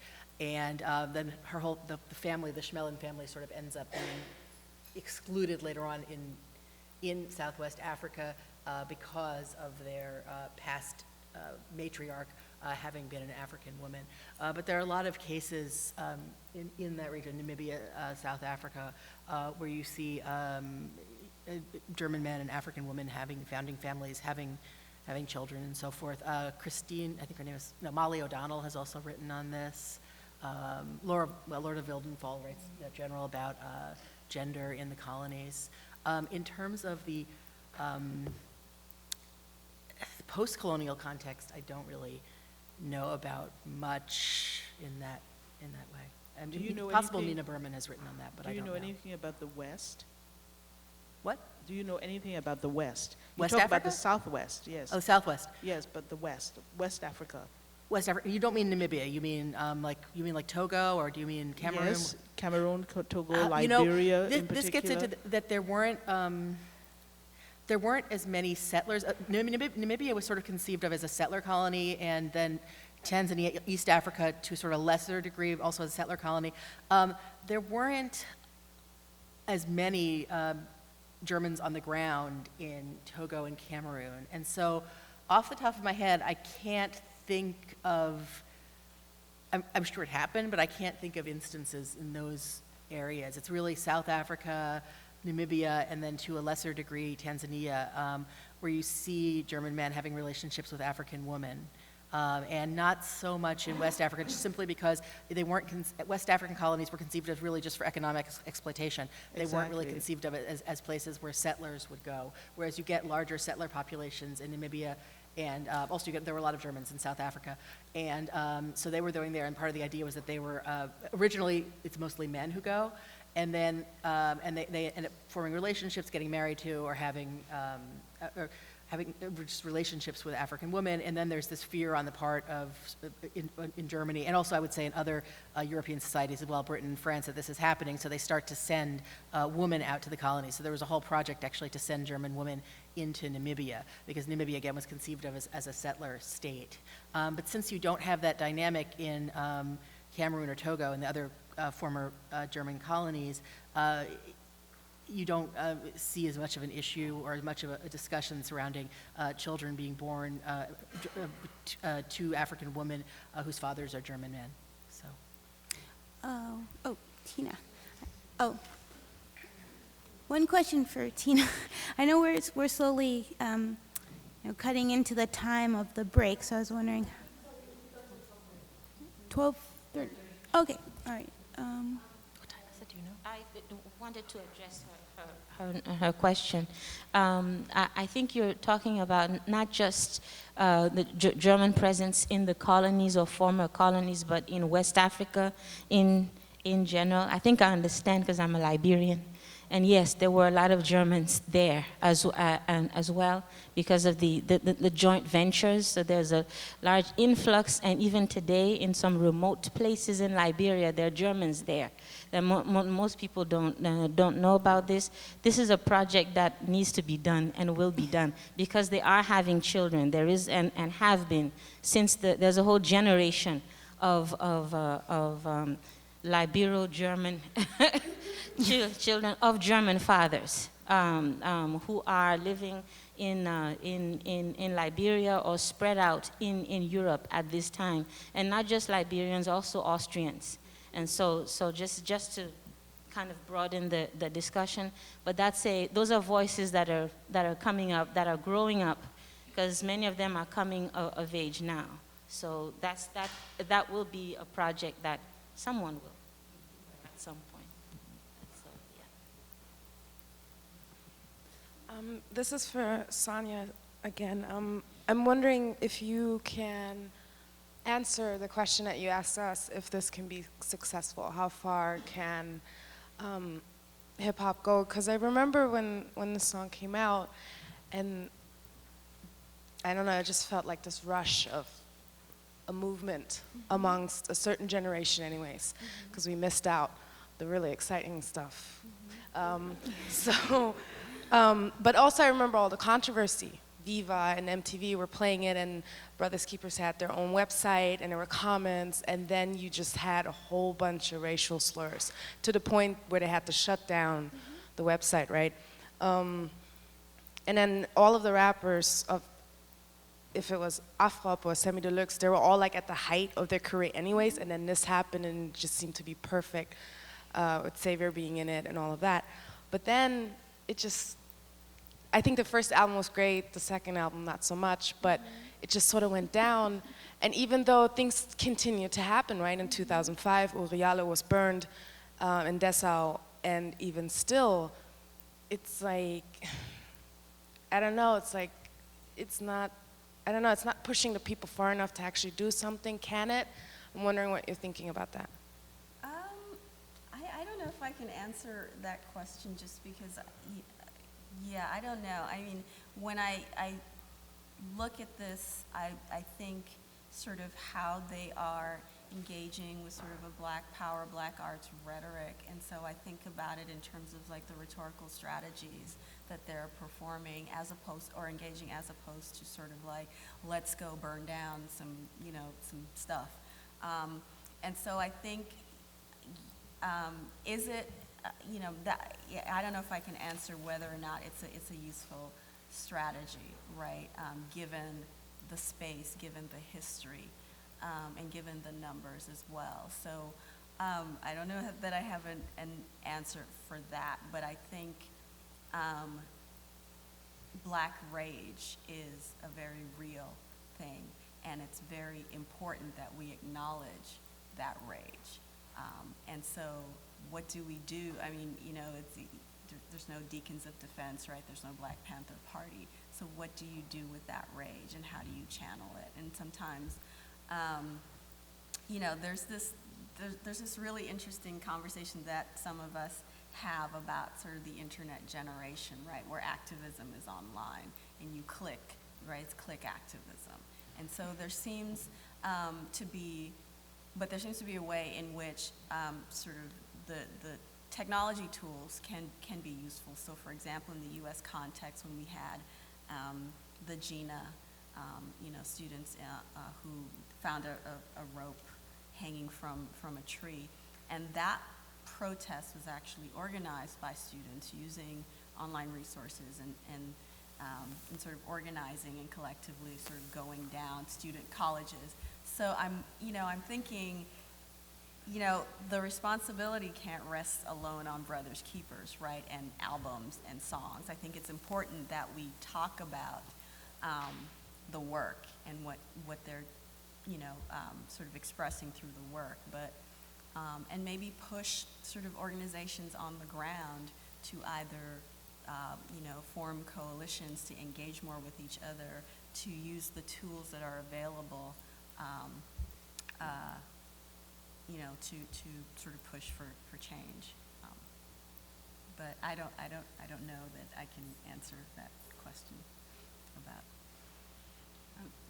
I'd just like to add to that. I mean, as someone who also works in popular media, when I look at the films that are coming out, sort of on the tales of the beginnings of the new Black German consciousness movement in the 80s and the 90s in particular, you really do see a shift in how to imagine new possibilities. So I think when you're talking about creative medium, be it music, theater, video, that those are spaces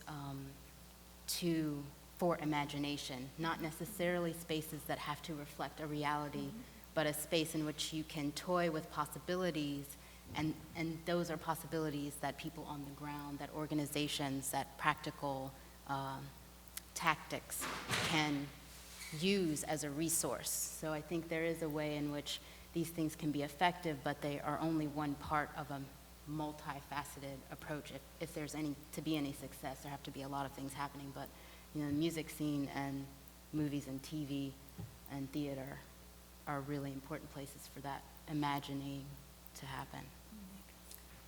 You know, it's interesting. Oh, sorry. I was going to say, I was reading Red, Blues, and Black and White, and one of the things that Mayim noted was that sort of the right-wing terrorists are super organized, and they communicate very well, right? And so the question is, why is that, and how are they able to do that? And you know, for me, the implication was, what can we do to be organized and effective? They're very effective. You know, I mean, some might say it has a lot to do with sort of collusion, you know, in terms of, you know, what we just learned recently about the police hiding right-wing terrorists, for example, and sort of covering up for them. But there's a way, I mean, that I think that question, that observation and that question is important to consider. Well, just to quickly respond to that, I think we can't forget that the right wing has a lot of money. It's not always clear where they're getting their money from, but that definitely helps. And also they're known for appropriating, you know, what the left does, and kind of marketing it really well to young people. So I think that's why it's challenging to kind of counteract that. I have a question for Sarah. Could you talk a little bit more about your sources? Because I was really tantalized by the material you're drawing on, and I know that it's an early project, as you said, but who's speaking and who's telling you stuff and whose accounts are you using? No, it's actually really it's a really fascinating source set. These are documents that are right now being cataloged. Some they're in the process of being cataloged, at least some of them, through the University of Leipzig archives. And most of the files I was seeing, though not all, were had to do with Schriftwechsel with various groups of African students. So they would have Schriftwechsel Studenten aus Mosambik or aus Tanzania or whatever. And so they would have these files, and they would concern Africans who would write to the university to ask questions about something or to petition for something, but also the same files contained reports about the Africans. So they're sort of mixed into these things about Schriftwechsel, sort of it's not only with African students, but also about African students, which is actually, I think, very, very interesting that they sort of they're contained in this way. Who's writing about the students? Various people. They are university administrators, university officials, representatives of the Department of International Students Affairs, sometimes just people in the Leipzig community writing about the students, who are writing to complain, or sometimes also you get a lot of cases of women who have children with Africans who have, by this point, gone back to their home countries, and they're writing to try to, I talk about that in the paper a little bit later on, probably didn't get to, they're writing to petition for alimony in a lot of cases. So you get a lot of women writing to the university and saying, well, I'm trying to find such and such, do you know his current address, do you know if he's still in Germany, do you know where he is? And then almost invariably the university would write back and they'd say, sorry, we lost contact with him after, and he's now back in Cameroon, Mozambique, and so, and then the story would sort of end at that point. And the documents are also very fragmentary. So there's very little of sort of there are very few places where you get like a very long set of letters on a particular topic. Usually it's just a couple of letters and that's it. Also in these files there are a lot of requests being processed and almost invariably approved for the students to travel to West Berlin or to travel to Paris or to travel to England. So this is from a different part of the project, or different facet of the project rather, but I'm interested in this question of sort of African mobility, whereas the East Germans didn't really have that mobility. The African students had this mobility and they were almost invariably allowed, and then a lot of them would, not a lot, but enough of them would go over and then study in the West. And so you have people sort of moving sort of fluidly from place to place. So there are these documents in Schriftwechsel.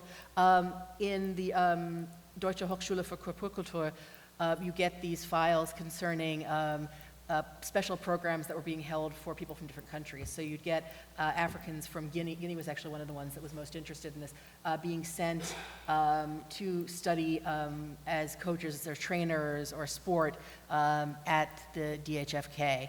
And one of the most interesting files I found is on these, because it's more sustained, a longer sort of set of files, is on these 4 women who in the mid-60s are sent to study to become coaches, and they're the only African women, as far as I know, who were sent for that specific purpose. Otherwise, you get a lot of African men being sent to the DHFK, but only these 4 women, and you don't see anything else. Although, one thing I'm also trying to note in a different part of the project is that about 10% of the students who were in the DDR were actually women. So again, the source set is really, it's really fascinating. It's really just, I'm finding out so much from it, and it's sort of at the beginning. One thing I'm trying to do is I'm trying to trace some of the former students down and see if I can interview certain people. And there actually is a Facebook site for people who were at the Herder Institute, and so pretty much all the Africans who came to East Germany had to pass through the Herder Institute before they would go out and to their respective universities to study whatever they were going to study. So there's a site for alumni, and on that page there's some people who were mostly, I think mostly they're from the alumni from the 1980s who are part of that group. There are certain other people who I've located, though I'm trying to come up with a good sort of set of interview questions. So I also want to look at files in the Bundesarchiv and in various other university archives. So I want to broaden the source base, but it's been a really interesting set of sources that I found so far. So maybe, yeah, do we have a final question before we? I do, but I don't want to take away from. I had a question actually for Michelle. Oh, yeah. One thing that really fascinated me about, you're talking about Gottes zweite Garnitur, which I have not seen it, is the idea that this David Bacco is actually from southern Rhodesia, you said, and then he becomes becomes part of the U.S. military. And so, do you know why the director made that choice? I mean, that's fascinating at that particular point in time, and you're getting obviously the Zanu and Zapu sort of going against the Smith government at that time, and so. It seems like such an interesting choice, as opposed to choosing, let's say, an African-American soldier, to choose someone who actually has this sort of multiple sort of background. Yeah, that was something I was really interested in that I didn't get to talk about so much in my dissertation, which is this part of. But it's actually his nationality is sourced from the original novel. Okay. So it's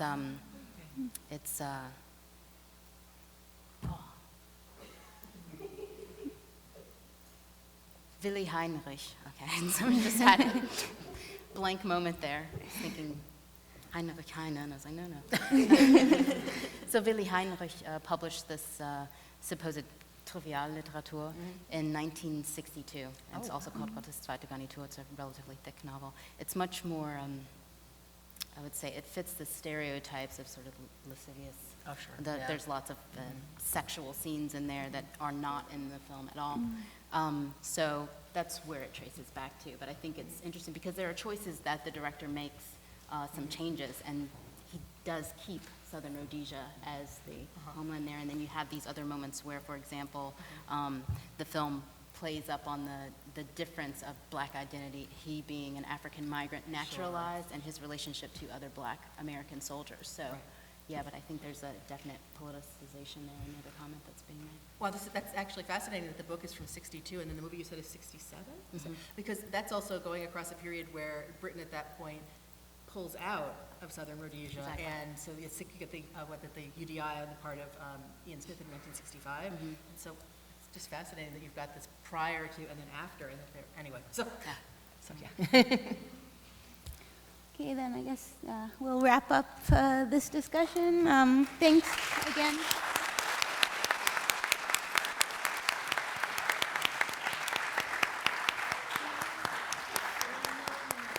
I guess we'll meet.